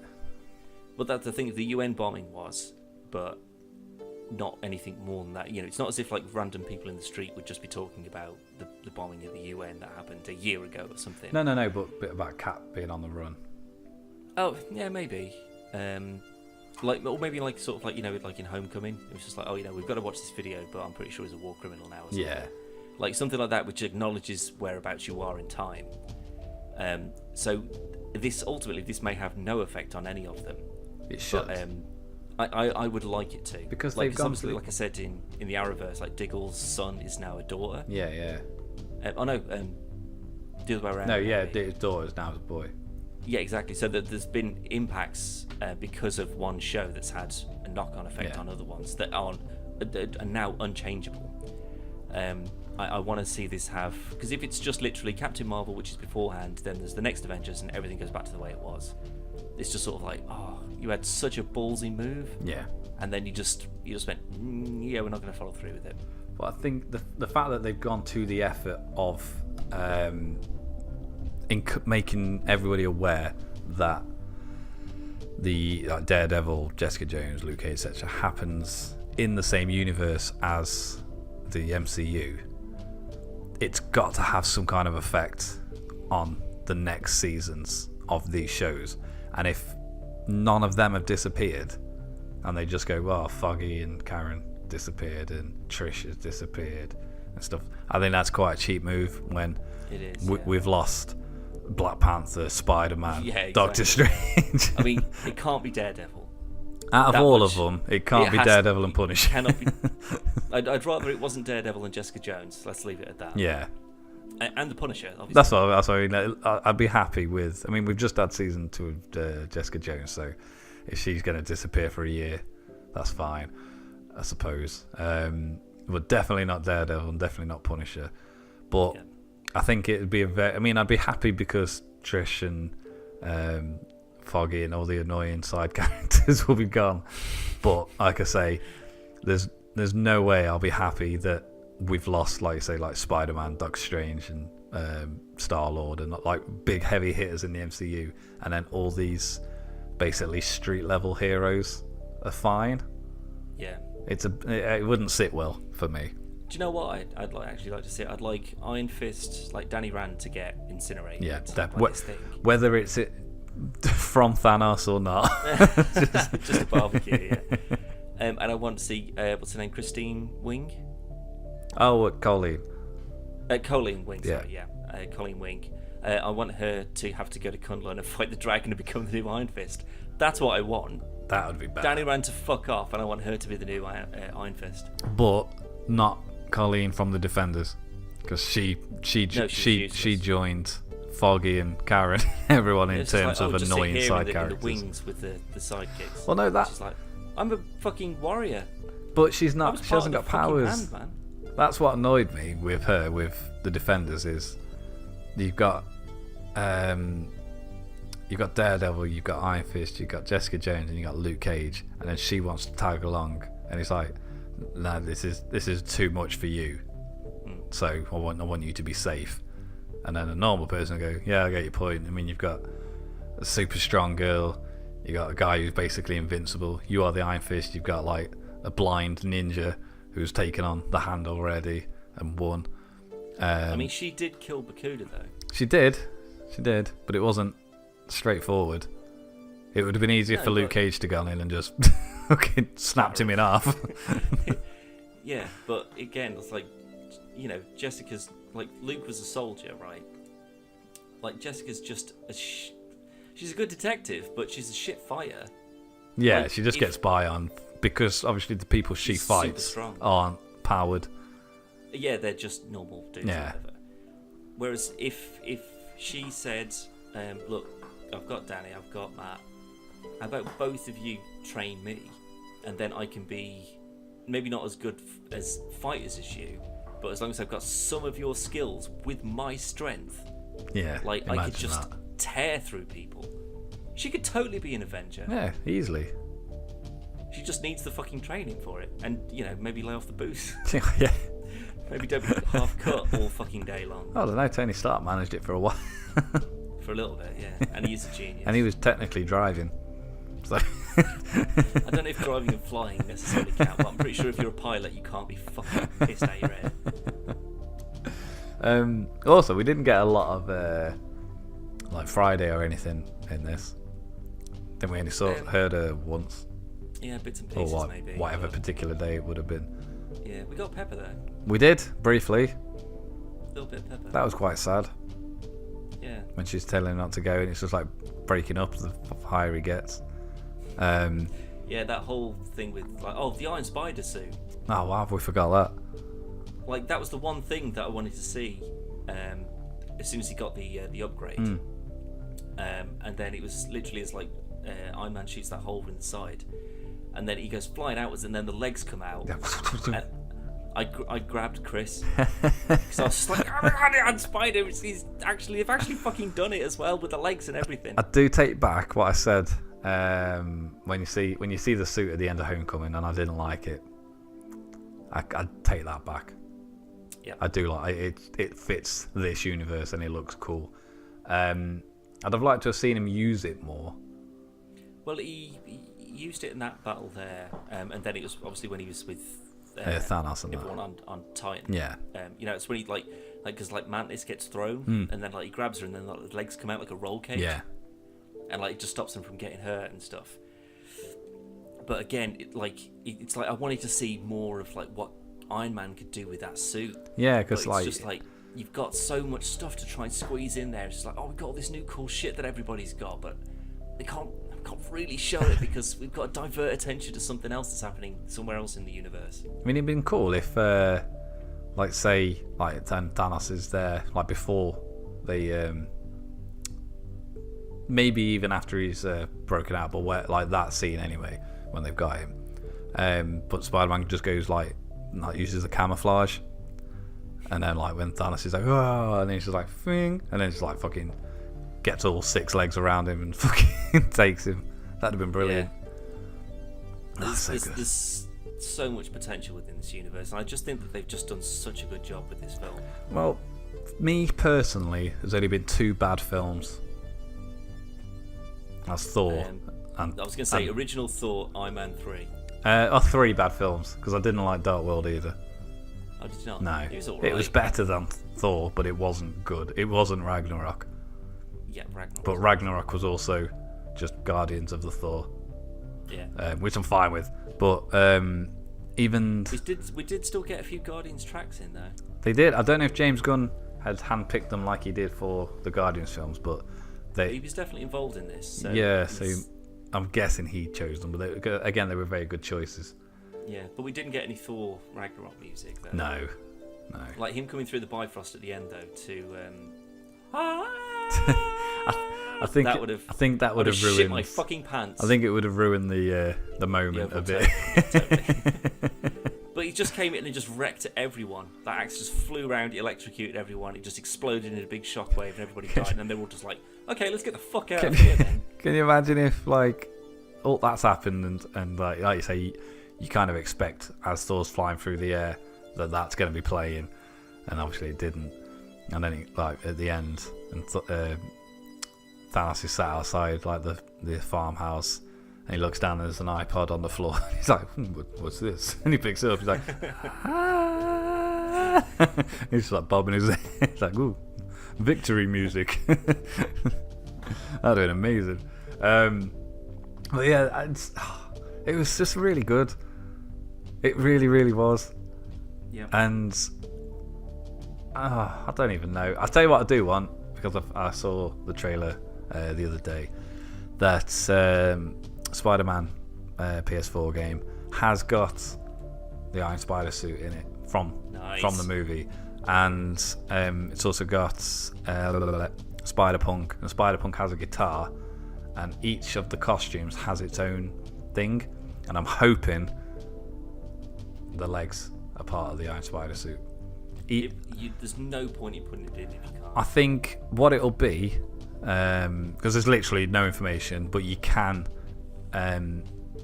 like kind of upgrade suits, so you could take the guitar from the Spider-Punk suit and you could pair it with the classic red and blue Spider suit. That's the one you start off with, and he doesn't, the one that's been made for the game with like the white Spider logo. Yeah. You don't get that till later on, but you can get like a charged ability, and you can do like more damage with the original Spider suit, but you can take that ability and you could add it to a different suit. Right. So there'd be no point in not having the legs if you couldn't put them on another suit. Yeah. But I've got a feeling if they do include them, it's going to be like a melee thing. So every third punch, the legs will come out, or something like that. To help with, traversing the environment. Yeah, so maybe it's just like kind of like a visual thing. Maybe like as you go over, maybe it'll grab and like you can use it to get higher or something.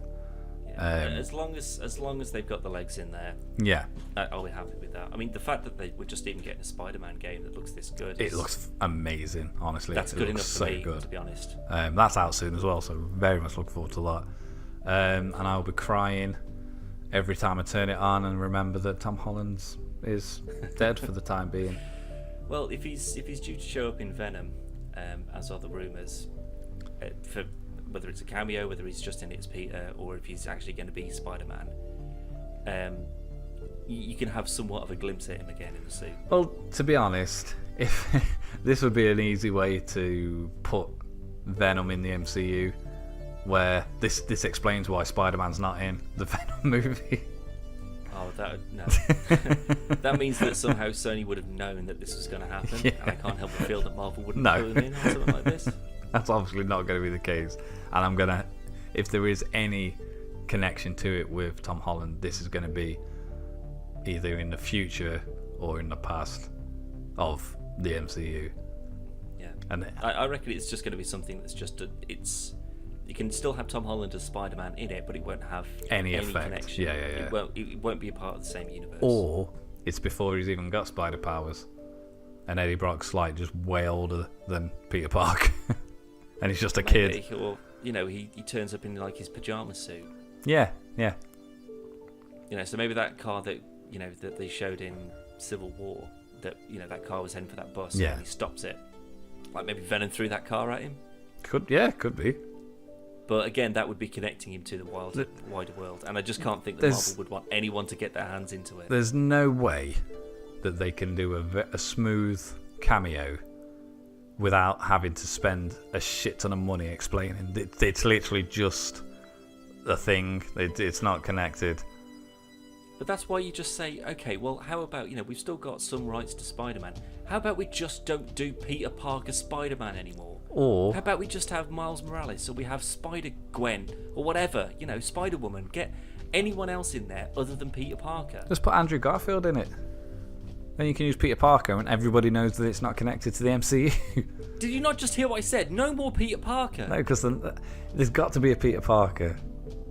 For Venom, I will not start. I'll allow them to change Venom's origin, where he gets the symbiote from the corporation. It's symbiote, not symbiote. Honestly, I've heard. So even why did they say that? Even Mr. Sunday Movies said it the other day, and it really wound me up. Symbiote. It's symbiote. Symbiote. Fucking idiots. You can't do a trailer right, Jesus. It's in the film though, isn't it? But that's one person saying it. You know, we'll see if it refers to itself as a symbiote. That's gonna be even worse. I don't know. I just want it to be the darkness. I just want it to be him constantly fighting in his head with this thing. It seems very darkness, and do you remember Prototype? Yeah, kind of. It's very, very leaning more heavily towards like that kind of comic book than it is like an MCU movie. Yeah. And I mean, from what I've seen from the trailer, when we spoke about it on the podcast, 122 I think it is, and it looks a lot better than it could have done. Obviously, we'll wait until it's out to make any kind of judgment. I mean, it's now Infinity War, but the thing is, though, I don't think you can use Infinity War as a benchmark for anything other than future Avengers projects. This can only be... Like, you can't put a solo movie up against it. You can't put a different studio's work up against it. Like, it's... I'd say you could effectively put another Justice League if they decide to do another one. It depends, though. I mean, the only way that you could put Justice League up against it, and I know that we weren't going to do this, but whatever. It's inevitable, though. They have to do more work with their solo films. Exactly. Because they have to earn these films. Well, if there's anything that Infinity War has shown, it's that Marvel have put in increasing, making you realise that this has taken 10 years to get here. I mean, it's even in the bloody logo at the beginning now. If you'd not watched a single MCU film before going in, you would have absolutely no fucking idea what was going on. But I know a lot, well, I don't know anyone, but I guarantee there's a lot of people that go in to see this movie purely because, oh, everyone's talking about this Infinity War. Well, I'll go. I can see what it's like. And then I'll go and watch it. I guarantee there's going to be people out there that have not bothered with any of the others. I don't know why they would do it. And Disney, they've not pandered to people who don't know what's going on. Yeah. They basically made this film to say, you know what the situation is. Well, you know who all these people are. We've expected you to watch all these films. And we're not going to sit here and spoon feed you and exposition everything. Yeah. This is just how things carry on with everyone. The Guardians are going to show up. No, we don't explain the Guardians and all the work that they've done previously and how they all met and why he's a tree. It's irrelevant. Like, that's why they've done all their hard work to get to this point, and then they get it, and they don't have to worry about the exposition and the backstory and all the bullshit. They can just crack the fuck on with the action. Exactly. That's exactly what they did, and unfortunately, that's what Justice League wasn't able to do. Yeah. Because they had to introduce all of them, with the exception of Wonder Woman. And Batman and Superman, who don't really need. Superman had a solo film. I mean, there was Batman and Superman. But again, no, he had Man of Steel. No, Batman. I mean. Oh right, sorry. Yeah, I mean, so, like, he was in that, but again, you didn't get so much of a backstory as just this is just, it's more speculation as to what he's been doing to get him to that point. Yeah, I mean, you had the brief origin story at the beginning where obviously parents were killed, but you don't need that story, so I can forgive them not doing a Batman solo film prior to Justice League, to Batman v Superman, because... But then surely, if that's the case, Superman's more notable than Batman is. Yeah. So why would they start with the Superman one?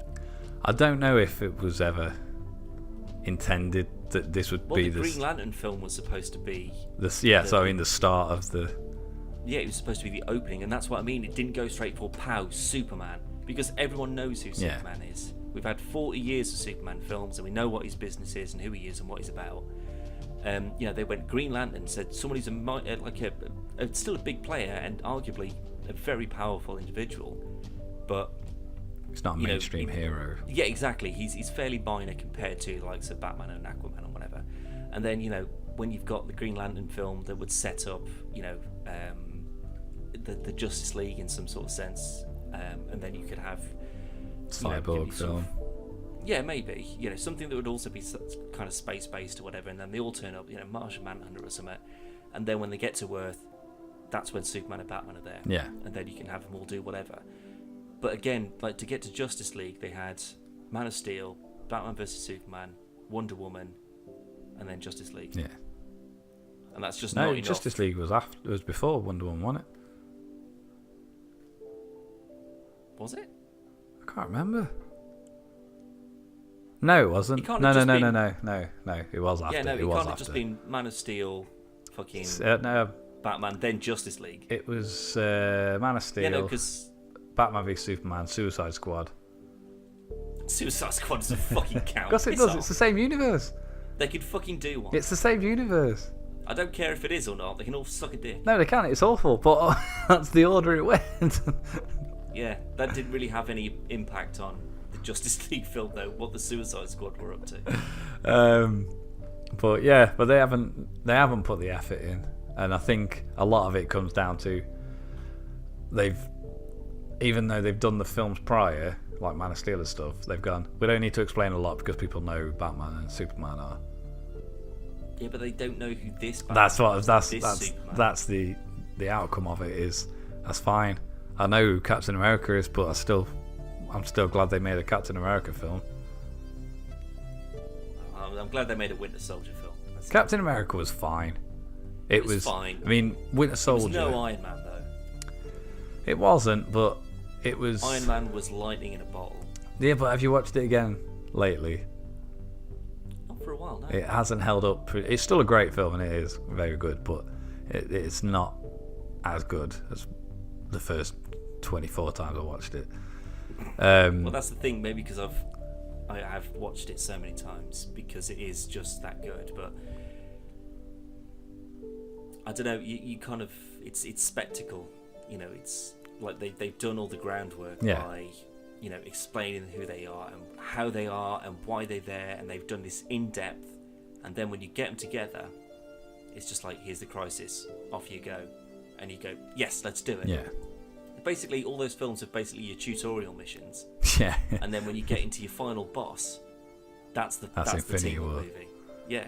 Well, that's another noticeable point actually, is that with Justice League and Steppenwolf's going around trying to get the mother boxes, not once did I feel there was any impending doom. Not for me personally, but like it just didn't seem like it's like, oh well, you can just go and collect them, I guess. Whatever. Superman's going to stop him, but with Infinity War, it was, you knew he was probably going to get at least most of them.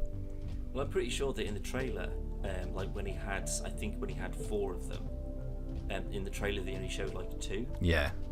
So like I think they purposefully changed elements of the trailer. I think they absolutely knew what they were doing 100% of the time. They knew where everyone was going to be and who was doing what. And I think that it's like that thing where they're all running through the forest in Wakanda. The Hulk's there. Yeah. No, he wasn't. It was Hulkbuster. Yep. So I think they've done that on purpose. Oh yeah, to sort of definitely. throw people off the scent. Well, they did it with. I love the fact that they're doing it because they know that people can pick these trailers apart so well. If you figure everything out. If you watch the trailer that was released at Comic-Con for when it was like the teaser trailer for Infinity War, and it shows you Thor talking with the Guardians. He's got both eyes.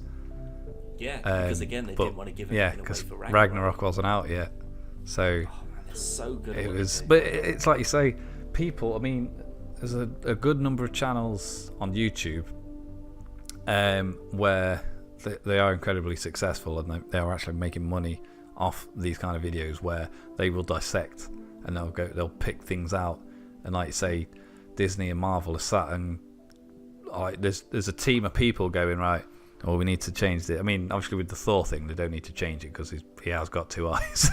So they haven't had to edit anything really, because that would have been done post anyway. But they would have had to have put in the Hulkbuster stuff. I mean, I imagine there's quite a few things that we haven't actually picked up on that were probably in the trailers that there's had to have been changed for the actual film, whereas Justice League and stuff, there's just a shit ton of scenes that just never made it, but they was in the trailers. Or they were heavily edited afterwards. Yeah. It's like when the Batmobile was driving through that city with Aquaman on it. Yeah. It's all sort of like all dark and grey. Yeah. But in the film it was like red. And orange. Yeah. To give it a bit of colour. Like, yeah, I guess, just to stop it looking so fucking bland. Oh, Justice League. It's. I mean, again, we're not. This I isn't. so want it to be good though. It was, in all honesty, considering Marvel's done 10 years of this and they've built up to this, and it was amazing. DC didn't do it, but for what it was, Justice League was fine. With all things considered. Yeah, again, it's not a poorly made film. It's not a terrible film. I always revert back to it, but it's the perfect example. Fan 4 Stick. That is a poorly made film. Yeah. From a writing point of view, not like I'm a writer. I mean, I just mean that the writing wasn't very good. The directing, obviously, there was a huge issue with the directing. It should have been pushed back. Yeah, it was just not a well put together film at all. And Justice League was fine. It was put together well. It's just that I just didn't really. I came out of it just sort of thinking, well, that was all right. Well, I think we covered it quite well on the. I don't think we did a spoiler cast for Justice League, but we mentioned it on the Last Jedi spoiler cast, where we came out of the Last Jedi. It was like, I'm not sure if I liked it. Justice League, I came out, I was like, that was a pretty good film. And as a film, it was probably like maybe a 6 out of 10 as a film. In terms of enjoyment, I'd probably say an 8. I'd say I don't even think I'd say I enjoyed it that much. It was just fine. I mean, there was a few really good parts in it. It's just that I don't know. I just didn't really give a shit about any of them. Yeah, it was. If that makes sense. No, yeah. If they'd gone, the Superman. Spoilers for fucking Justice League. Oh, nobody gives a fuck. Superman comes back from the dead, and then he immediately kills Batman. Yeah. I'd have been like, whoa, that's interesting. Yeah. But then if he'd have come back and then immediately killed Cyborg, I'd have been like, oh, I don't really. We've only just met like him. 10 minutes. Yeah. Yeah. Whereas Black Panther getting killed, you're just like, what? That's what I mean. I was adamantium, that the Black Panther would have been one of the few to survive. Well, they did it in such a good way as well, because like he leant down and was helping Michonne. Yeah. And then the dust started to come off, and I was just like, oh no, she's going to die right in front of him. And then she was going, no, and then he just vanished. And I was just like, oh Disney, you've got fucking balls, mate. But I cannot respect such a decision that's genuinely taken my breath away. If they just undo it all. Well, we know they will. We know they're gonna, at best, and let's say best, but the best thing I think they can do is keep Loki dead, and the people that died from actual death, keep them dead, because like you say, they can't pick and choose which of these heroes are going to come back. But that's what I mean, though. So I mean, obviously, no, they're all not dead. That's a given. But if you resurrect everyone, only those that were vaporized. Yeah. If you bring them all back, then I feel a bit cheated, because I was just like, you made me really fucking care that these guys all died, and now you just brought them all back to life again. I mean, like, because obviously, like, when he snapped his fingers and wiped out half the life in the universe, that glove looked like it was fucking busted. Yeah. And I was just like, oh my god, are they all useless now? He's like, what did you do? But then he opens the portal and whoop, he's gone. Yeah.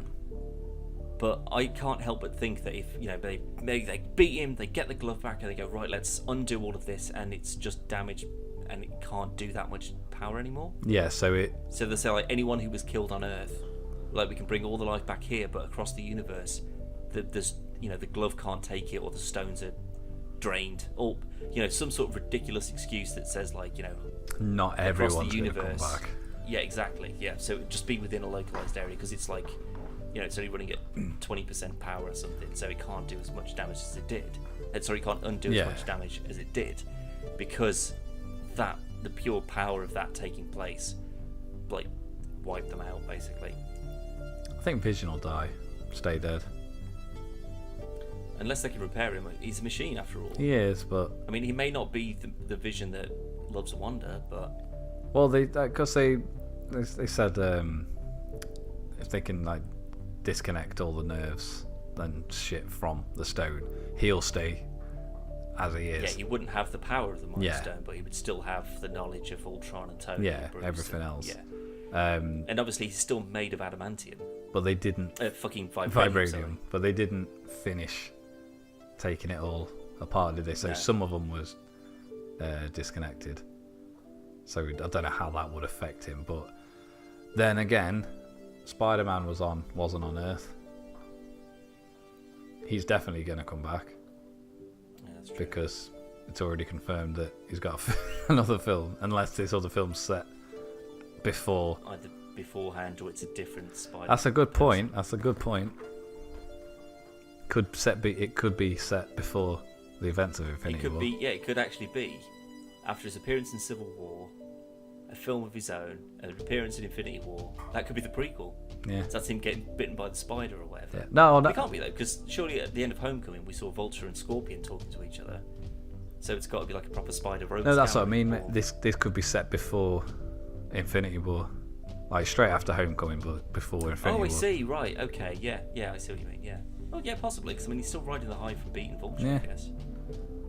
And he's obviously he's got his Spidey suit, and we know he's still Spider-Man in. Well, that's the thing. 'Cause, I mean, Tony Stark made him earn that spider suit basically. Yeah. After he took it off him and then said, "Do you know what? You can have it back after being Vulture. That's pretty good going." Yeah. So then, if he took on Vulture, beat him, and then took on Scorpion or Rhino or Doc Ock or Green Goblin or whoever of his awesome bad guys it is that he's going to be up against in the next one, when he's on the ring with Tony, he's just like, time for an upgrade. Like, I know you've earned it, sort of thing. Yeah. And then helps beat that other guy, and he's just like, yeah, you're totally an Avenger, mate. Like, you know what you're doing. Because that's he's gone from he's fought Vulture straight to Thanos. Yeah, he got a few good fucking punches and stuff in though, like using Doctor Strange's portals and just battering him. There wasn't a lot of I can't think off the top of my head a lot of times where Spider-Man was out. So actually, tell you a bit that did annoy me. When the Guardians, some of the Guardians come in and they meet Iron Man, Spider-Man, and Doctor Strange, and they best them. There's no way the team of Star-Lord, who else was there? Star-Lord, Drax, and Mantis would win against Spider-Man, like movie versions, Spider-Man, Iron Man, and Doctor Strange. Well, I mean, they got into a hostage situation, didn't they? So Star-Lord had a gun to Spider-Man's head, Which wouldn't have happened. Spider sense. He's still a young Spider-Man though. Yeah, but he's still got the tech suit, Yeah, that's true. and he's a lot more But again, they don't know agile who and they're stronger. fighting at that point. He could And then, lift Star-Lord and just chuck him away. Yeah, Iron Man's got Mantis, I think. No, he had Drax on the floor, didn't he? Oh yeah, because he had the big laser. Yeah, pointing to cheese his gun or face. whatever it was. Yeah. And obviously, No, Doctor just sort of Strange could just obliterate all of them. Yeah, exactly. Just like, I don't need this planet anymore. Blam. So that, But I love the fact that Doctor Strange threw the mirror dimension at Thanos, and he just broke out of it. yeah, Like he just threw that whole thing, because that was one of the things I was thinking of. It's just like, you drop him in another reality or something, what's he going to do? But the fact is that he tried to do it, Didn't he work. immediately wiped it off. It was nothing, and he just went, okay, there's no point in doing that anymore. He's got the has he got the reality gem by that point? no. Yeah, he must have, because he's got the when he. Oh no, yeah, fakes his because death. this is yeah. So yeah, he'd just be like, no, that doesn't mean anything to me. God, he's so good. Such a good bad guy. What I liked about this, and you didn't see any of this in the Doctor Strange film, is where this is at a point in Stephen's career, Doctor Strange's career, where he is incredibly powerful. He's mastered like a shit ton of magic, and I think he thought he could probably do most of this on his own, and then pretty much everything he did failed, and it was like you actually saw in his face, he's like, oh, bollocks. But obviously in Doctor Strange he's super cocky, and he's I'm the best at everything, which is fine. I mean, that's strange. So that's fine. But in this, that's why I think that when he does his sort of viewing into the future thing, and then gives up the time stone. Yeah. Like again, he's doing it because he knows that either, in order for them to win, either Thanos needs all 6 stones, or Tony Stark is the one that beats him. So either way, he needed to give it up. Yeah. Rather than going, oh god, no, please don't kill Tony, he's my best friend. Yeah. Like he said, okay, I've seen one reality in which we win this, and he's got them all, or you are the one who either thinks up a plan that beats him, or you're the one who kills him, or whatever. Yeah. So, bang, here you go, because we need to win this. Yeah. And me keeping the time stone isn't going to do that. God. So yes, it is the most powerful weapon I have, but if I give that up to beat you overall, we have to lose the battle to win the war. Yeah. Which he said from the beginning, if he has to choose, at that point in time anyway, if he has to choose between Tony, Spider-Man, or the Time Stone, he'll choose the Time Stone. Yeah, exactly. And then obviously he used the Time Stone to see how they can win. And it obviously means, like you say, that when they win, it's either he's got all the stones or it's Tony. Tony can't die. Yeah, so it's got to be Tony then, because if he's got all the stones, that means that he can do what he wanted to. Oh yeah, it wouldn't matter about Tony, yeah. He could have just given No, the stone straight away. No, because if he's got all the stones, then he can still do what he wants. But he can't let Tony die because he needs Tony in order to beat him. Yeah, yeah. So maybe the stones don't mean as much as the individuals. Oh, that's deep. If the Infinity Stones aren't as powerful as the power of a hero, friendship, then it's like you might as well not have them because we don't need them. Yeah. Like you do because you think you need them to, you need them to complete your mission, your goal. But we don't need them because we've got each other. God, it sounds rubbish when you put it like that. But it makes perfect sense, and I think out of any prediction we make, I think that is probably one of the winning predictions. Well, think about it. Like when Thanos goes to squish Captain America and he just holds him off. Yeah. And Thanos is just like, what? Yeah. Like, you should be dust. What the fuck? Yeah. I mean, like they gave Cap a bit of a power boost in the movies, but it was Cap's gone against Thanos in the comics. But yeah, like you can see it in Thanos' face, and it's like, why can you do this? And then it's just like, look, I beat the Hulk without even taking so much as a scratch. Yeah. Iron Man kicked the shit out of me, and now you're doing this. Cut me a little bit, but that took everything he had, and his whole suit was fucked afterwards. And you're just a dude. Well, saying like, that, what? look at I say, Iron Man gave him a good fucking battering, but his suit took a battering in the process. But well, that was what I mean. It was like that fucking, what was his name from Big Hero 6? With all the nanites. Yeah. Like when he, because obviously he was like calling up nanites from his leg to reinforce his arm, like the sword or whatever. And then he ran out. I love that because I just thought it's like the perfect Iron Man suit. Yeah. It's one that can turn into whatever he needs, like Cyborg. Well, it's in his bones, isn't it, the nanites? Well, they haven't said if it's the Extremis armor or not. It's gonna be the Extremis. But they've already used Extremis for the whole billion thing. Yeah, but this stuff, it's in his bones, and it's like engineered, so he can it like can recalculate itself and stuff. And I think that's why it breaks off, is because he's getting smashed in the head and he can't rebuild it quick enough. Yeah. But look at the state of his suit in. I know it wasn't nanites, but his suit in Civil War when Cap's going at him.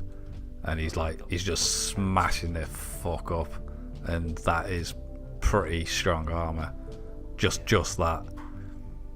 So it makes sense that he could hold off, at least have a small little arm wrestle with Thanos, and then one punch and he's out.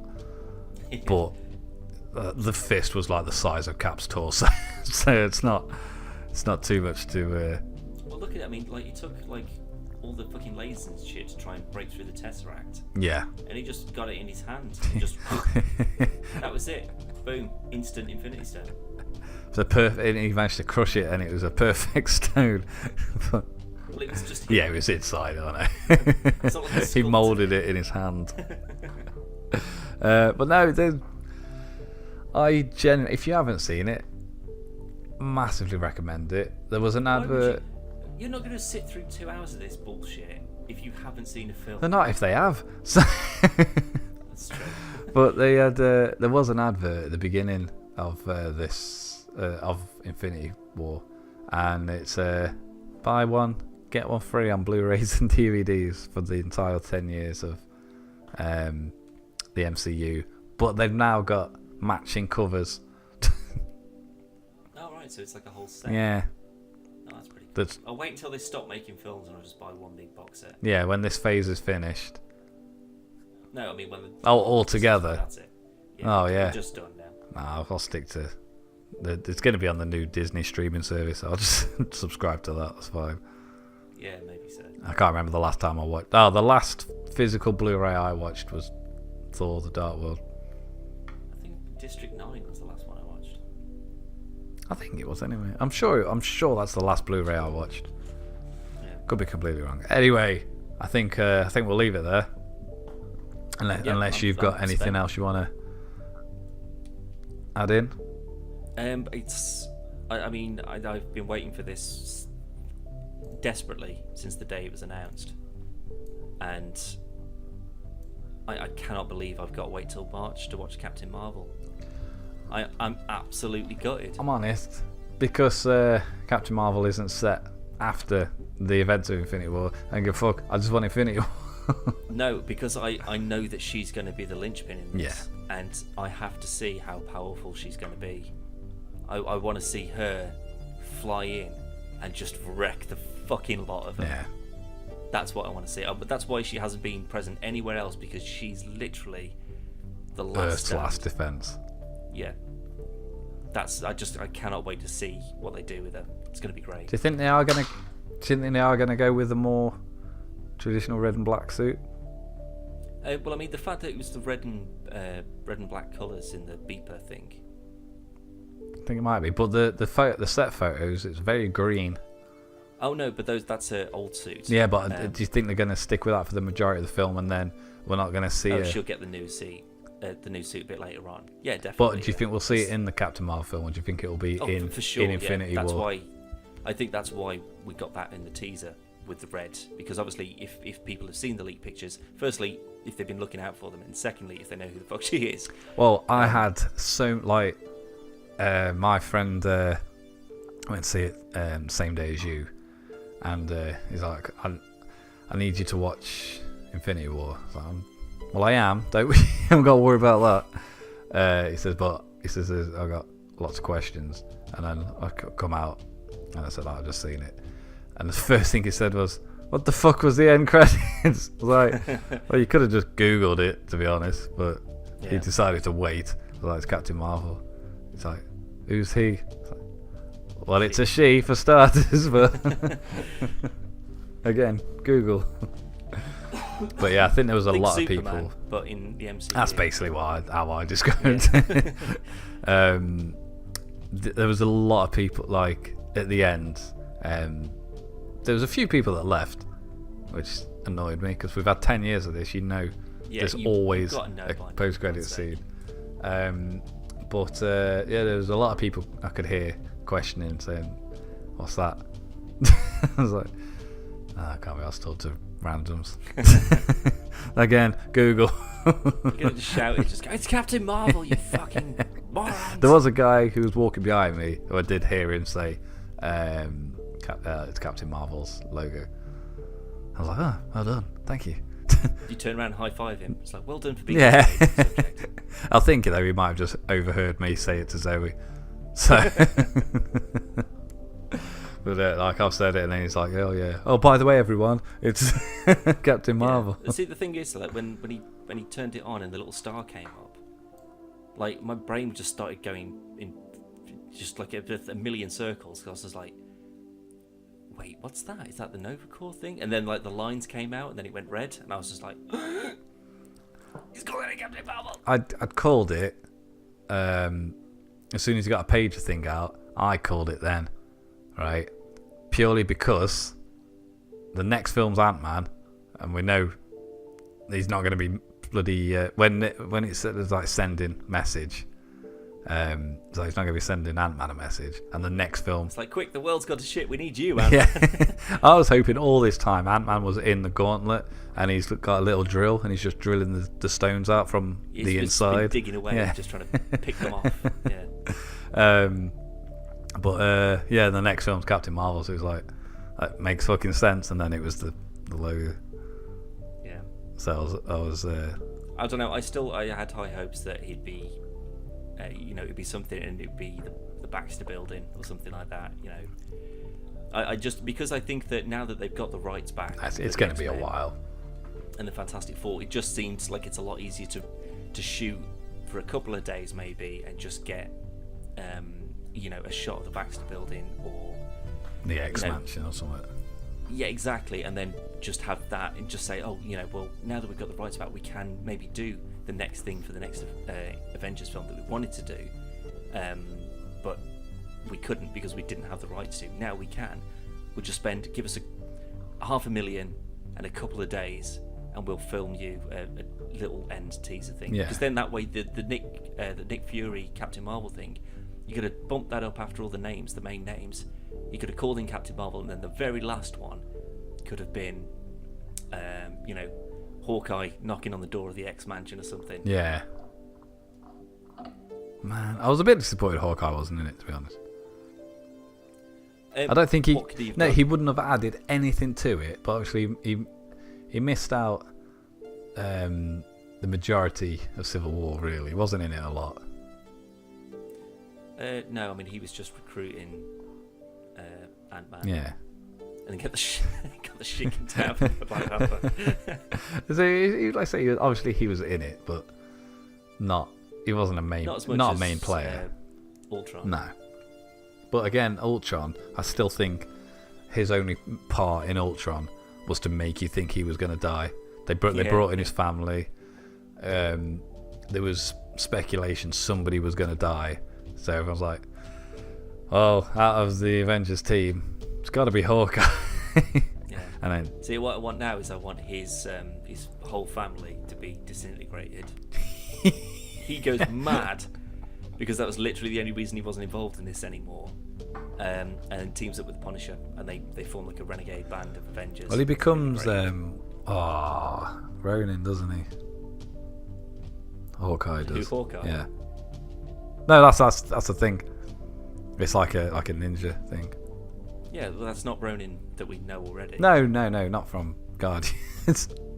Yeah. But I was hoping that was going to happen in Civil War for some reason. I don't know. I think you're expecting a lot from Hawkeye. Yeah, but I like him so much. I can't remember his name, but the guy who plays Hawkeye, what's his name? Jeremy Renner. I like Jeremy Renner. He makes a good Hawkeye. He's fine. He does. It's just that Hawkeye's much better than he's portrayed. I think he needs a solo film in order for people to appreciate just how cool Hawkeye is. A Black Widow, Hawkeye buddy cop film, I think would be great. Like them off doing some mission for S.H.I.E.L.D. Yeah. Way before any of this Budapest. has happened. Yeah, exactly. Whatever they keep on whinging on about, they mentioned Budapest in the first Avengers, and then Natasha was saying something about like he chose not to kill her or something like that. So maybe the first time that they come up against each other, she's working for the KGB, he's working for S.H.I.E.L.D., and then they go to kill each other, and then they become best friends, and then go on holiday to Spain or something. Well, I made that poster like many years ago. It was like a buddy cop film. It was like what happens in Budapest, and it was Black Widow and Hawkeye. Yeah, it's like something like that would be fine. It's just that he doesn't have the horrific Russian training that Natasha's got, nor does he have any of the gadgets of anyone else, with the exception of his arrows. When you when you've got somebody like Hawkeye in a team of the Hulk, Iron Man, Captain America. It doesn't really matter if you take a day or two Yeah, off, really. it's not. But it was a good line though in Ultron when What his wife yeah, it's like it's more scary that they need you. That they don't need. Yeah, Yeah. it's like, man, God, I can't watch it. I need to watch Infinity War again. It's so good. Really do. So good. But anyway, I think we'll definitely call it there because it's been over 2 hours. If you want to watch some more stuff, there's some more spoiler casts. Obviously, we have a podcast and we have lots of other videos. We have just filmed a Detroit gameplay, Detroit Become Human. It was very good. Very good. Not necessarily the video, but the game was very good. Oh yeah, we usually bring Littleton. Yeah, but it was great. We really enjoyed it, didn't we? We've also done some Far Cry, and we've done some Dying Light. So keep eyes on them.